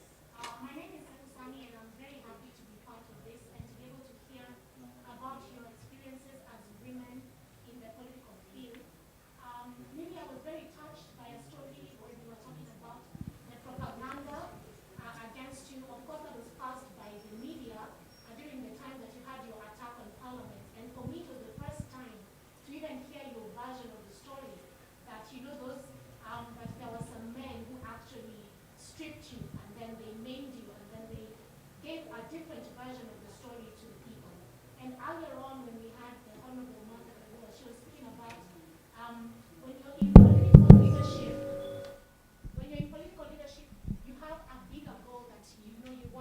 achieve for the people and for your community. So my question would be, first of all, for you, what is that inner strength or that inner motivation that keeps you going beyond all this? Like, what is that you probably want to achieve for women, but also just in leadership that keeps you going? And my second question is, will you be vying for a quote-unquote higher political seat in the coming 2022 general elections? Just introduce yourself in the mic again. Okay, my name is Sefu Sani, and I'm glad to have been part of this conference and to hear all the experiences from the women who have sat in the panel, because they're very intriguing, even for us. And my question would go to the Honorable Millie Odhiambo, who spoke earlier about the propaganda that was brought against her in the media previously when she was stripped in Parliament and maimed. And of course, in the media, we had a different side of the story. So for me, it's... great. Okay, so we have the satellites. We have the 6 satellites. So Mombasa, somebody ready from Mombasa? Mombasa, can you hear us? Any question? Anybody? We can move to the next if we can't get a question from Mombasa. Somebody talking in Mombasa? They don't have sound. Mombasa, check your sound. Let's move to the next satellite. Kisumu, any question? Okay. Kisumu, you have the floor. Somebody speaking? Yes. I'm Honorable Nerea Okech from Homa Bay County Assembly, and also the Vice President Kenya. I'm speaking to our 3 panelists, and now that we have launched Voter Data, what is your opinion as to the math? How do we get to the numbers that we need to ensure we balance leadership? So at county assembly level, at the National Assembly and the Senate, because we have to start working from somewhere. I don't believe in getting to Z before we do A, B, C, D, E, and F. And so what is the likely action plan and roadmap, and how do we distribute this across the country and also distribute it across the partners that can support these women? Because I don't feel it makes sense to train 3,000 women and only get 10 to the ballot and have 3 win. So what is our roadmap? Thank you. Thank you. The next satellite station, Meru. Meru, are you ready? Good afternoon, everybody. My name is Lucy Katha. I am an aspirant from Meru, and my question goes to the panelists. It is in our domain as politicians, women politicians, and politicians in general, that really money and politics go together, that if you don't have finances, you don't even have to present yourself. And given that I'm a woman with disability, the terrain of the political terrain is not is really tough for us. Given that even the podiums, they are not accessible, there are a lot of barriers are there for women with disabilities. So for Millie Odhiambo, I'm asking her whether what they are doing, and also Honorable Kasari, what they are doing at the county assembly to make sure that at least the electoral laws are at least they are revised to make sure that they take into account the interests of women with disabilities and women in general. And then for all of them, just let them explain to us how does the finances and the campaign, how do we go about it, especially for those who have not been able to, like amass a lot of finances. due to the historical injustices again that we don't have even equal opportunities even when it comes to employment. And even Thank you. business. Thank you. Your question well noted. Women are not homogeneous. Barriers touching women with disabilities. So I hope the panelists have gotten the question and they will come back. The last, Nyaururu? Nakuru, are you ready? You have the floor. Volume. Founder and chairperson Young Women for Kenya movement, a movement that seeks to bring young women together to champion for peace and inclusivity of young women in leadership and governance. So my question goes to the three panelists. One of the challenges as we move around to encourage young women to get themselves out there for political position is the issue of resources. And my question is there a way, or have you put on measures to ensure that the young women, there is a funding maybe for the young women, because as you know, most of them have just so right in their careers, some have not gotten jobs, but they still have this passion to be leaders. Is there a way to fund them? Number two, I want to ask about the guarantee of security, because one of the challenges we face as women is the issue of security.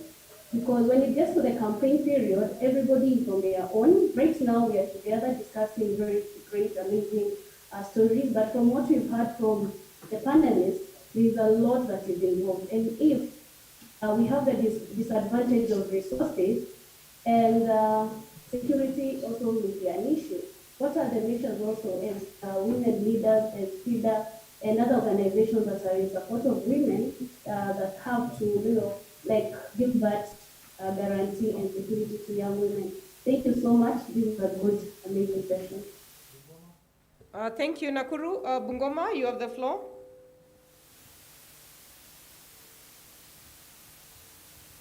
Bungoma. Okay, fine. Thank you. Thank you, FIDA, for this conference. My name is Sophie Nekwae Waliaula from Bungoma. And come 2022, I'll be vying for the governorship of Bungoma County. Now, my question goes to our guest speaker, the Honorable Martha Karua. I would like her to tell us, she went for presidency, but she didn't make it, or whenever a woman vies for presidency, there seems to be very difficult situations around. And then we are being told that women, we have numbers. Today, our theme is Vote Adada. Is it true that the enemy of a woman is a woman? Kindly elaborate on that. Thank you. Thank you. Now, Mombasa, are you ready? Is your sound okay? Mombasa? Yes. And Kisumu, I'm told you have an extra question. We may not have time for it. Please put it on the chat or share it with the FIDA people who can then share it. We can ask the panelists to look to answer it. We may not have time to come back to you, Kisumu. Mombasa? Yes, I'm Magdalene Tuva from Kilifi, vying an aspirant in Kilifi South. And in 2017, I tried. But the issue of political parties threw me out because it's like the party had a chosen candidate. And this was after a very long time of campaigns and resources, using resources and doing all what not to popularize the party.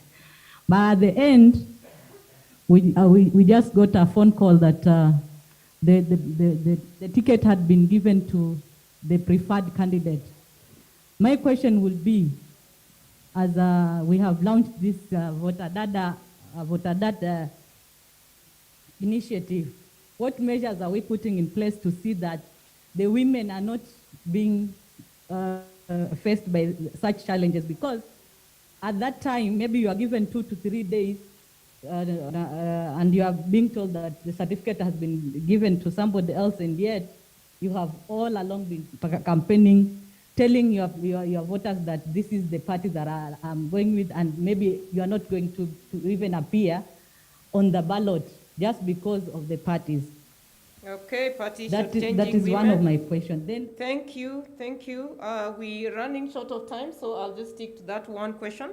Nairobi Center, we have the Nairobi team in Pride Inn. Any question, Nairobi team? Nairobi County and the environment? Unmute. The speaker from Nairobi, please unmute.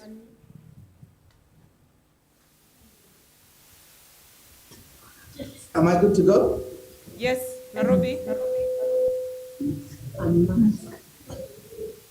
I'm a member. Morning, everybody. Yeah, I'm talking from Nairobi. I'm so glad. Thank you for FIDA. Do you hear me? Yes, we can hear you. Unanisikia? We can hear you. Go on. Your question? Yeah, what I'm asking, we are launching Voter Dada. How safe are young women, either the women with disability, like blind women who are either deaf? How are you going to help them? Because most of them, they are being given the platform that they are going to be nominated, but at the end of the day, their name are being shorted off from the voters, the nomination line. And then the other issue, suppose you don't have any money to enter in a political party, you want to be independent. How are we going to help women even to come without political party? Because in Kenya, what I have seen as an indigenous woman, all political party belongs to the tribal party. For Kenya is Nairobi? the other one. It's gone off, Nairobi? Okay, because of My time, name is Cynthia Butera. I think we just I've take got one two questions. question. The first one is to Honorable Millie Adhiambo about litigating against violence. I was wondering how that can be accelerated so that there are sanctions for candidates who meet violence against women so that they do not contest. I remember in 2017, the violence cases, they were only fined by IEBC. And so we would want to see a situation where the election in those areas do not proceed. The second one is to Honorable Alice, where she was talking about political parties. I know if you have a problem and you take it to the dispute resolution, you always refer back to the party. And then your case is not heard, and therefore you are not getting any justice. I'm just wondering if there's anybody to watch the IBC, because I know civil society raised a few questions on candidates in 2017, and they were overlooked, people who should not even vie for gubernatorial seats or senatorial seats or any of the positions. But then yet, they proceeded to vie and they got these seats. How again are we going to be able to watch over IBC where issues are raised about candidates and then action is actually taken so that they do not vie for these seats? Okay, thank you. And we have a question here, a follow-up question from Bungoma to the panelists. What measures are being put in place to see that the women are not facing the challenges of being removed because there is a preferred candidate? It's all about preference of political parties. We talked about that earlier. And so we will give an opportunity to yourselves, the panelists. I will not allocate the questions. I believe you've taken a place where you think you can just jump in and respond. So I'll begin with you, Mheshimiwa Millie. You had a number of questions, so please, you have the floor. Thank you, and I want to thank the participants for the questions that they have put forward.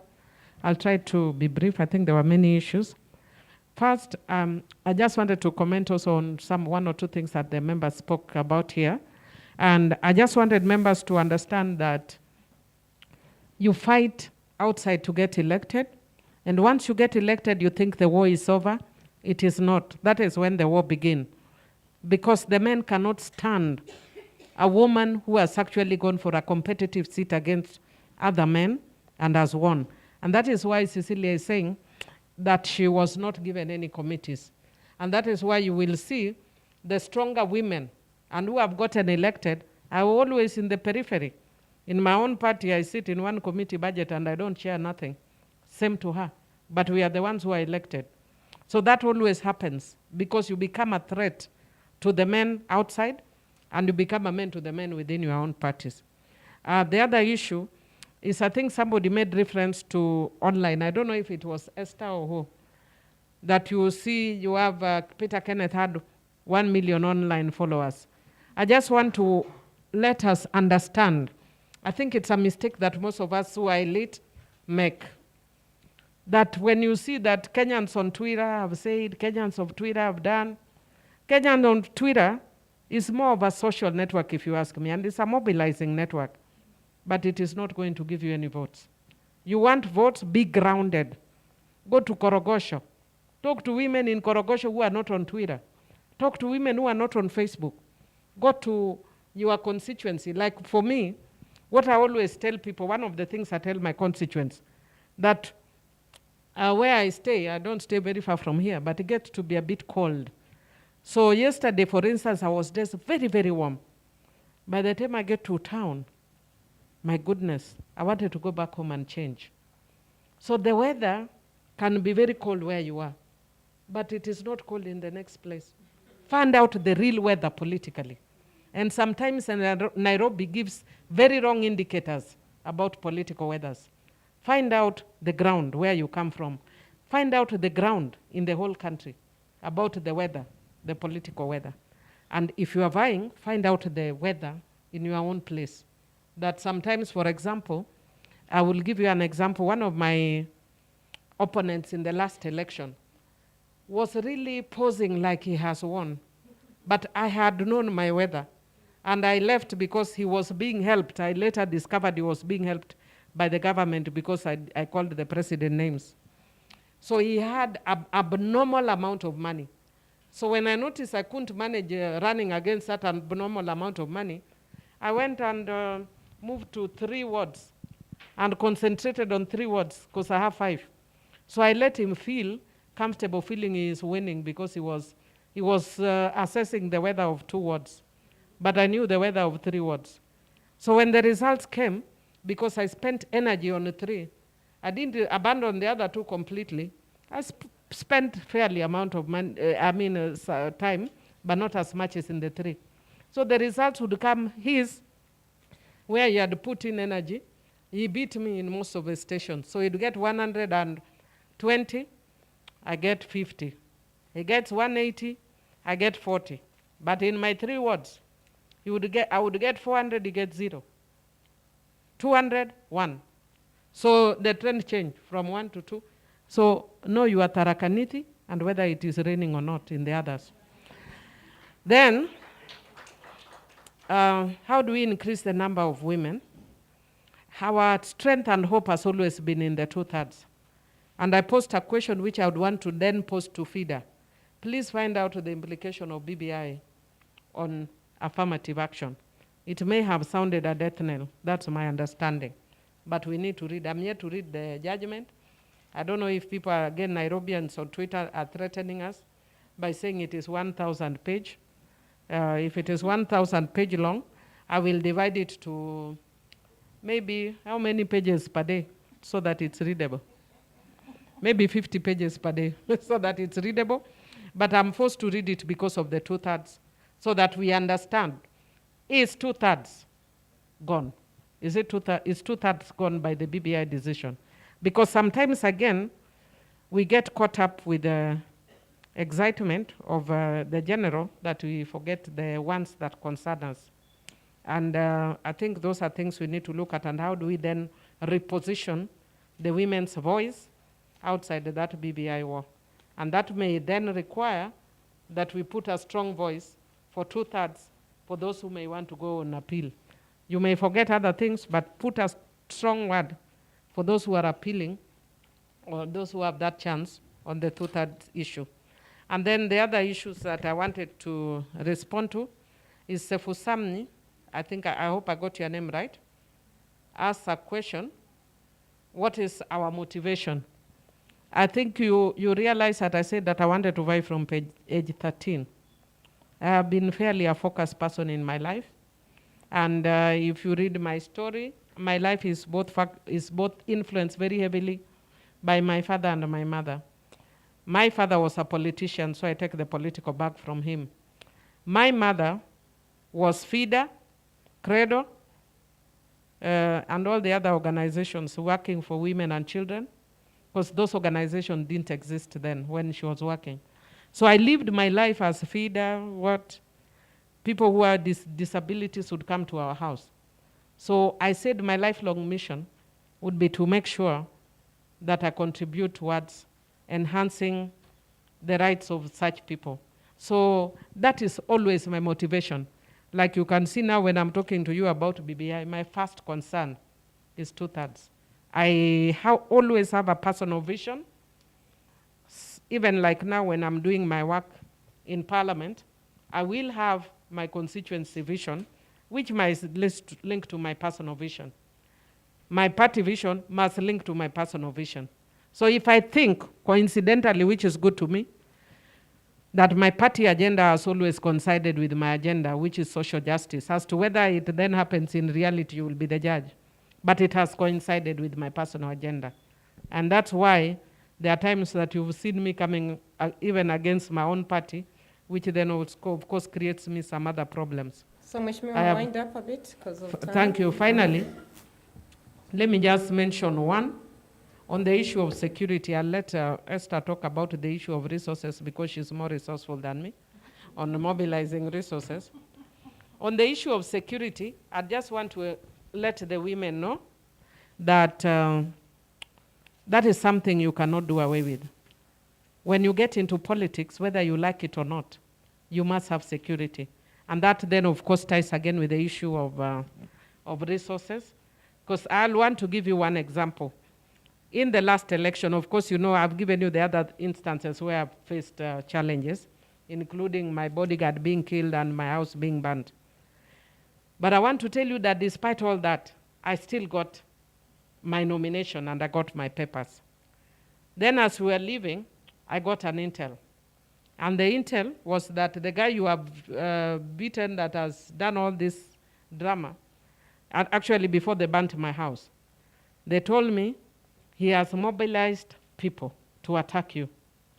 And they are waiting for you by the roadside. Broad daylight, by the way, I'm not cheating. So I told my security that I don't want fights. You know, as women, we move away from ego wars because men want to show atanejua. So I told my security, I don't want that. Let's take the longest, roughest route away from there. But they insisted we follow there. So for me to follow there, I had to get the police for once they agreed to come with me, because before they leave you alone. When we went, something I've never seen, you would have thought it was post-election violence. And this is one of the areas where it's raining. There were people on the road with spears, with rungus, with stones. I'm one woman. Why are you coming to me with the spears, stones, rungus, and all that? And there were people with guns as well. So fortunately, what we also did is we camouflaged. So the police came in civilians, in civilian wear. In one vehicle, there were about 10 police. So when the police first came out, that's when they realized I had police. The police started shooting in the air, and they started scampering for safety. But guess what? They still hit us. We were still, my cars were beaten and all that. Then I got wisdom that the persons who are in my home, I called and I told them, because it's in that area. It's a settlement scheme. So it has people who are not ordinarily from our constituency. So I called and said, flee. And they ran, and within minutes the home was under fire. So you must take care of your security. And I want to encourage women, if you are not yet ready to cover for your security, you need to think around it because it's violent. Thank you, thank you. I know, of course, we all are waiting to hear what happened, maybe how the case was litigated. But let me throw in Honorable Alice. Nobody has been held accountable. Nobody has been held account, really. So that is where we are. Honorable Alice, are you online? Mheshimiwa Alice Wahome? Yes. A few minutes, just respond to any of the questions Millie did not respond to. You can hear me? Yes, we can hear you. I hope you can hear me? Yes, we can. Yes, we can. Go on. Yes. Okay, maybe very quickly, because I see in the interest of time you need to close the debate this time. Yes. I want to respond to a question by, I didn't pick her name, but she said that she's concerned about, it is not always A to Z. Before you reach Z, it is A, B, C, and E. That is true, but you need to get involved from A to be able to reach Z. And I think people many times, women many times, wait until maybe we are at MNIKL, so that you need to engage early so that you can be part of the process. Elections are part of the process, the whole, because we need also to possibly include a training on election cycle that will inform us where you start, at what stage, engaging the register, the voters, civic education, voter education, all these before you reach Z. But looking now at our position as women, I think the concern of the participant was, are women there right now? I think that we need to get organized very quickly, Winnie, and identify county by county where the women are and what they are doing, and train at that level. We can have many different groups going to different counties, because if we say we will bring the women, all of them together. And I know, I can see you are doing, this conference has brought in drones from counties, but let's go down and get name by name who is buying and what position they are buying. Then we can be able to reach Z, more of us. When I look at my own county, I think we're still very behind. I'm not sure we are going to get any different results than we had the last general elections. We have only 3 women from the county elected, and I would like to see maybe 1/3, and we have 35 wards. That applies to most other counties. There is a question on young women inclusivity. I think young women, of course, suffer different challenges.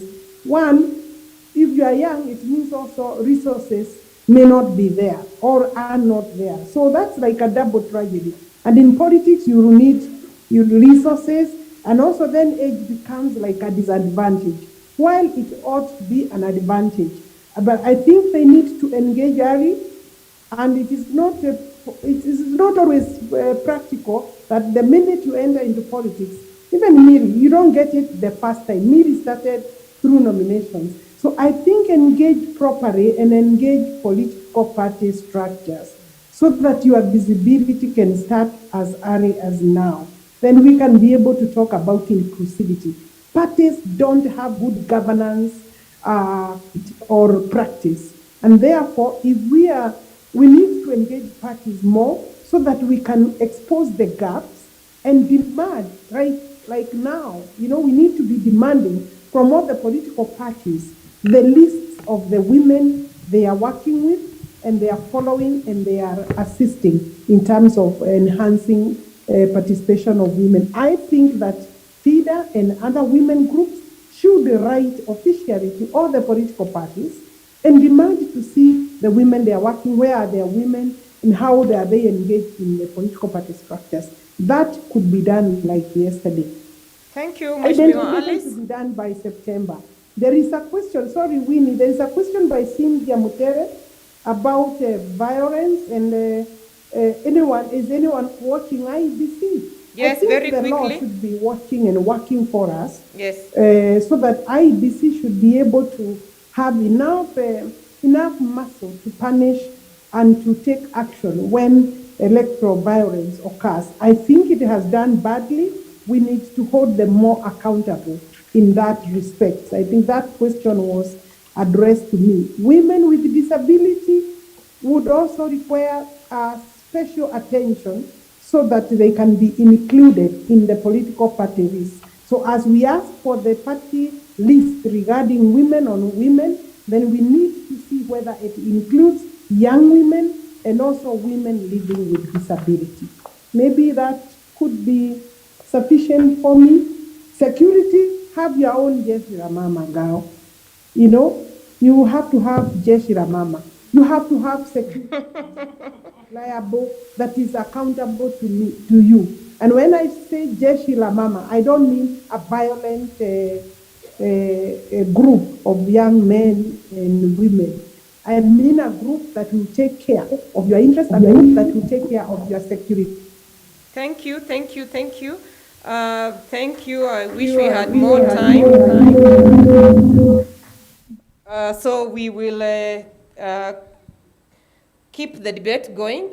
Cecilia, in the interest of time, just some 3 minutes to tell us what you picked and your way forward. Yeah, thank you very much. I would very first pick on the issue of political parties and the issue of private candidate. My suggestion would be let being a private candidate be the last option.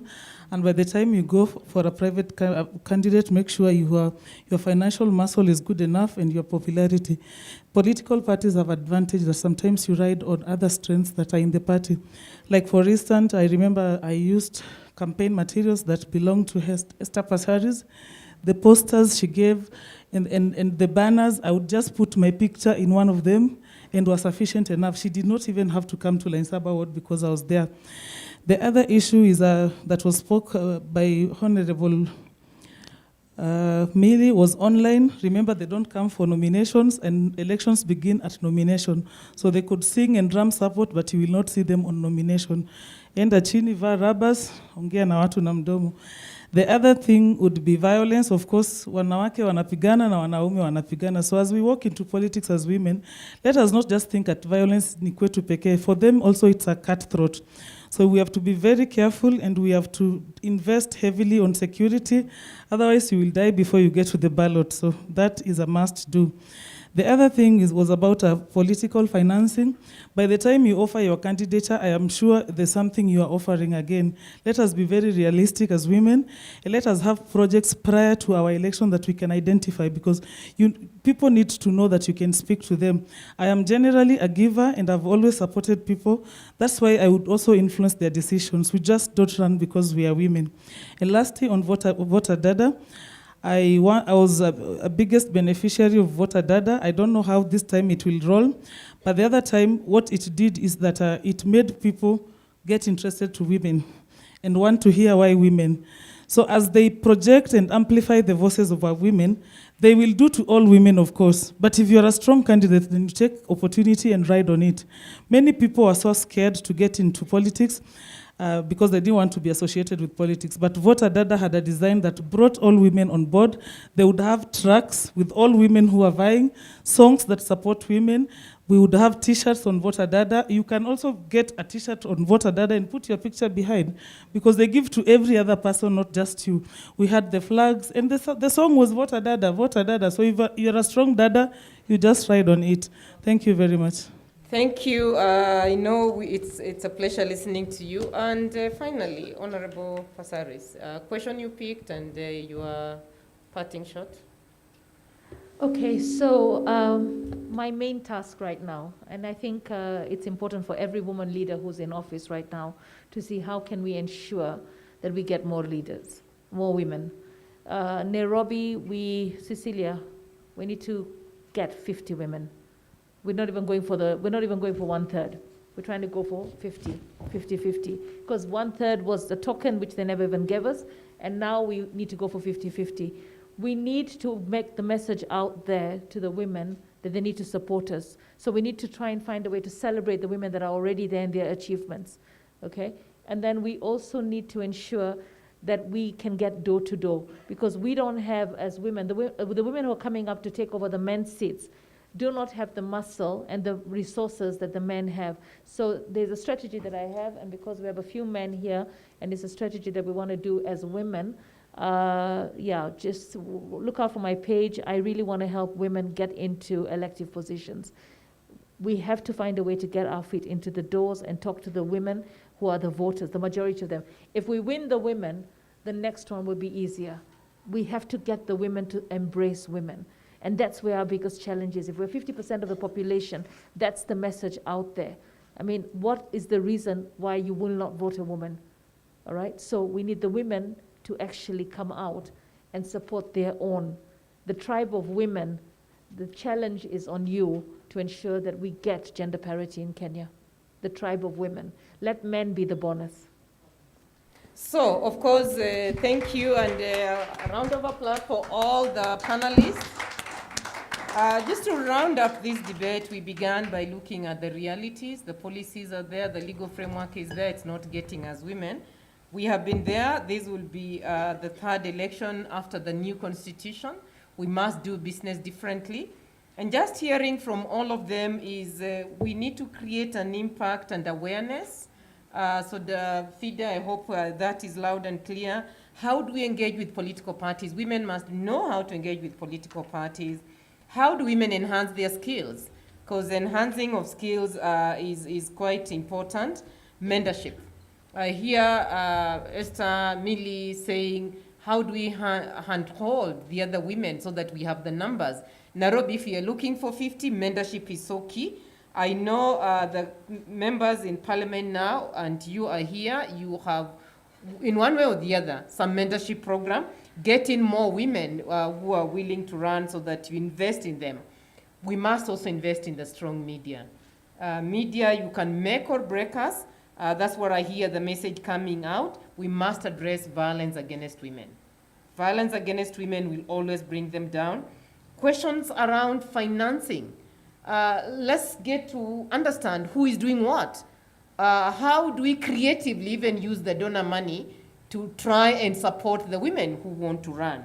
That's a message that has kept coming in. And finally, security. How do we enhance security? You want to run, as you put up your manifesto, think about your security. I like Honorable Ali saying, Jeshi la Mama.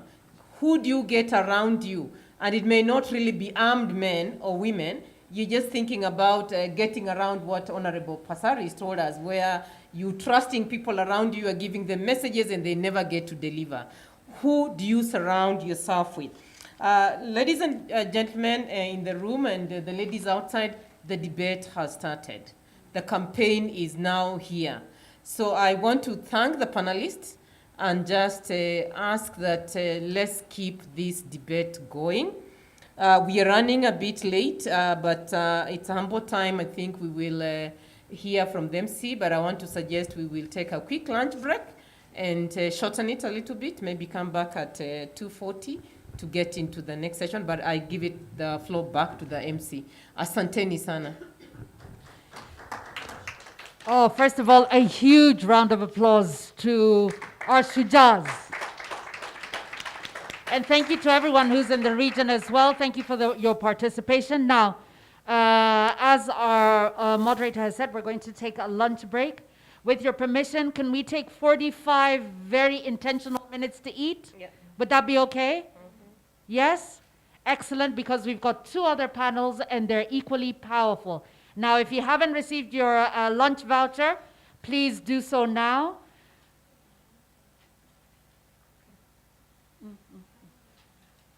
Thank you. Has everyone received their lunch voucher if you're here?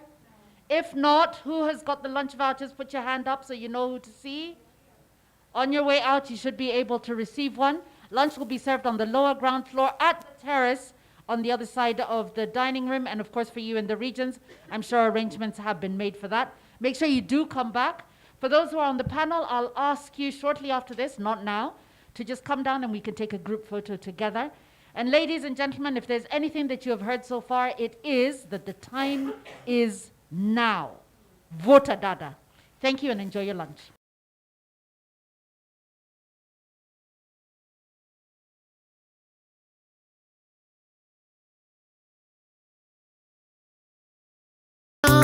old, minority and marginalized women, women with disabilities, women in the grassroots.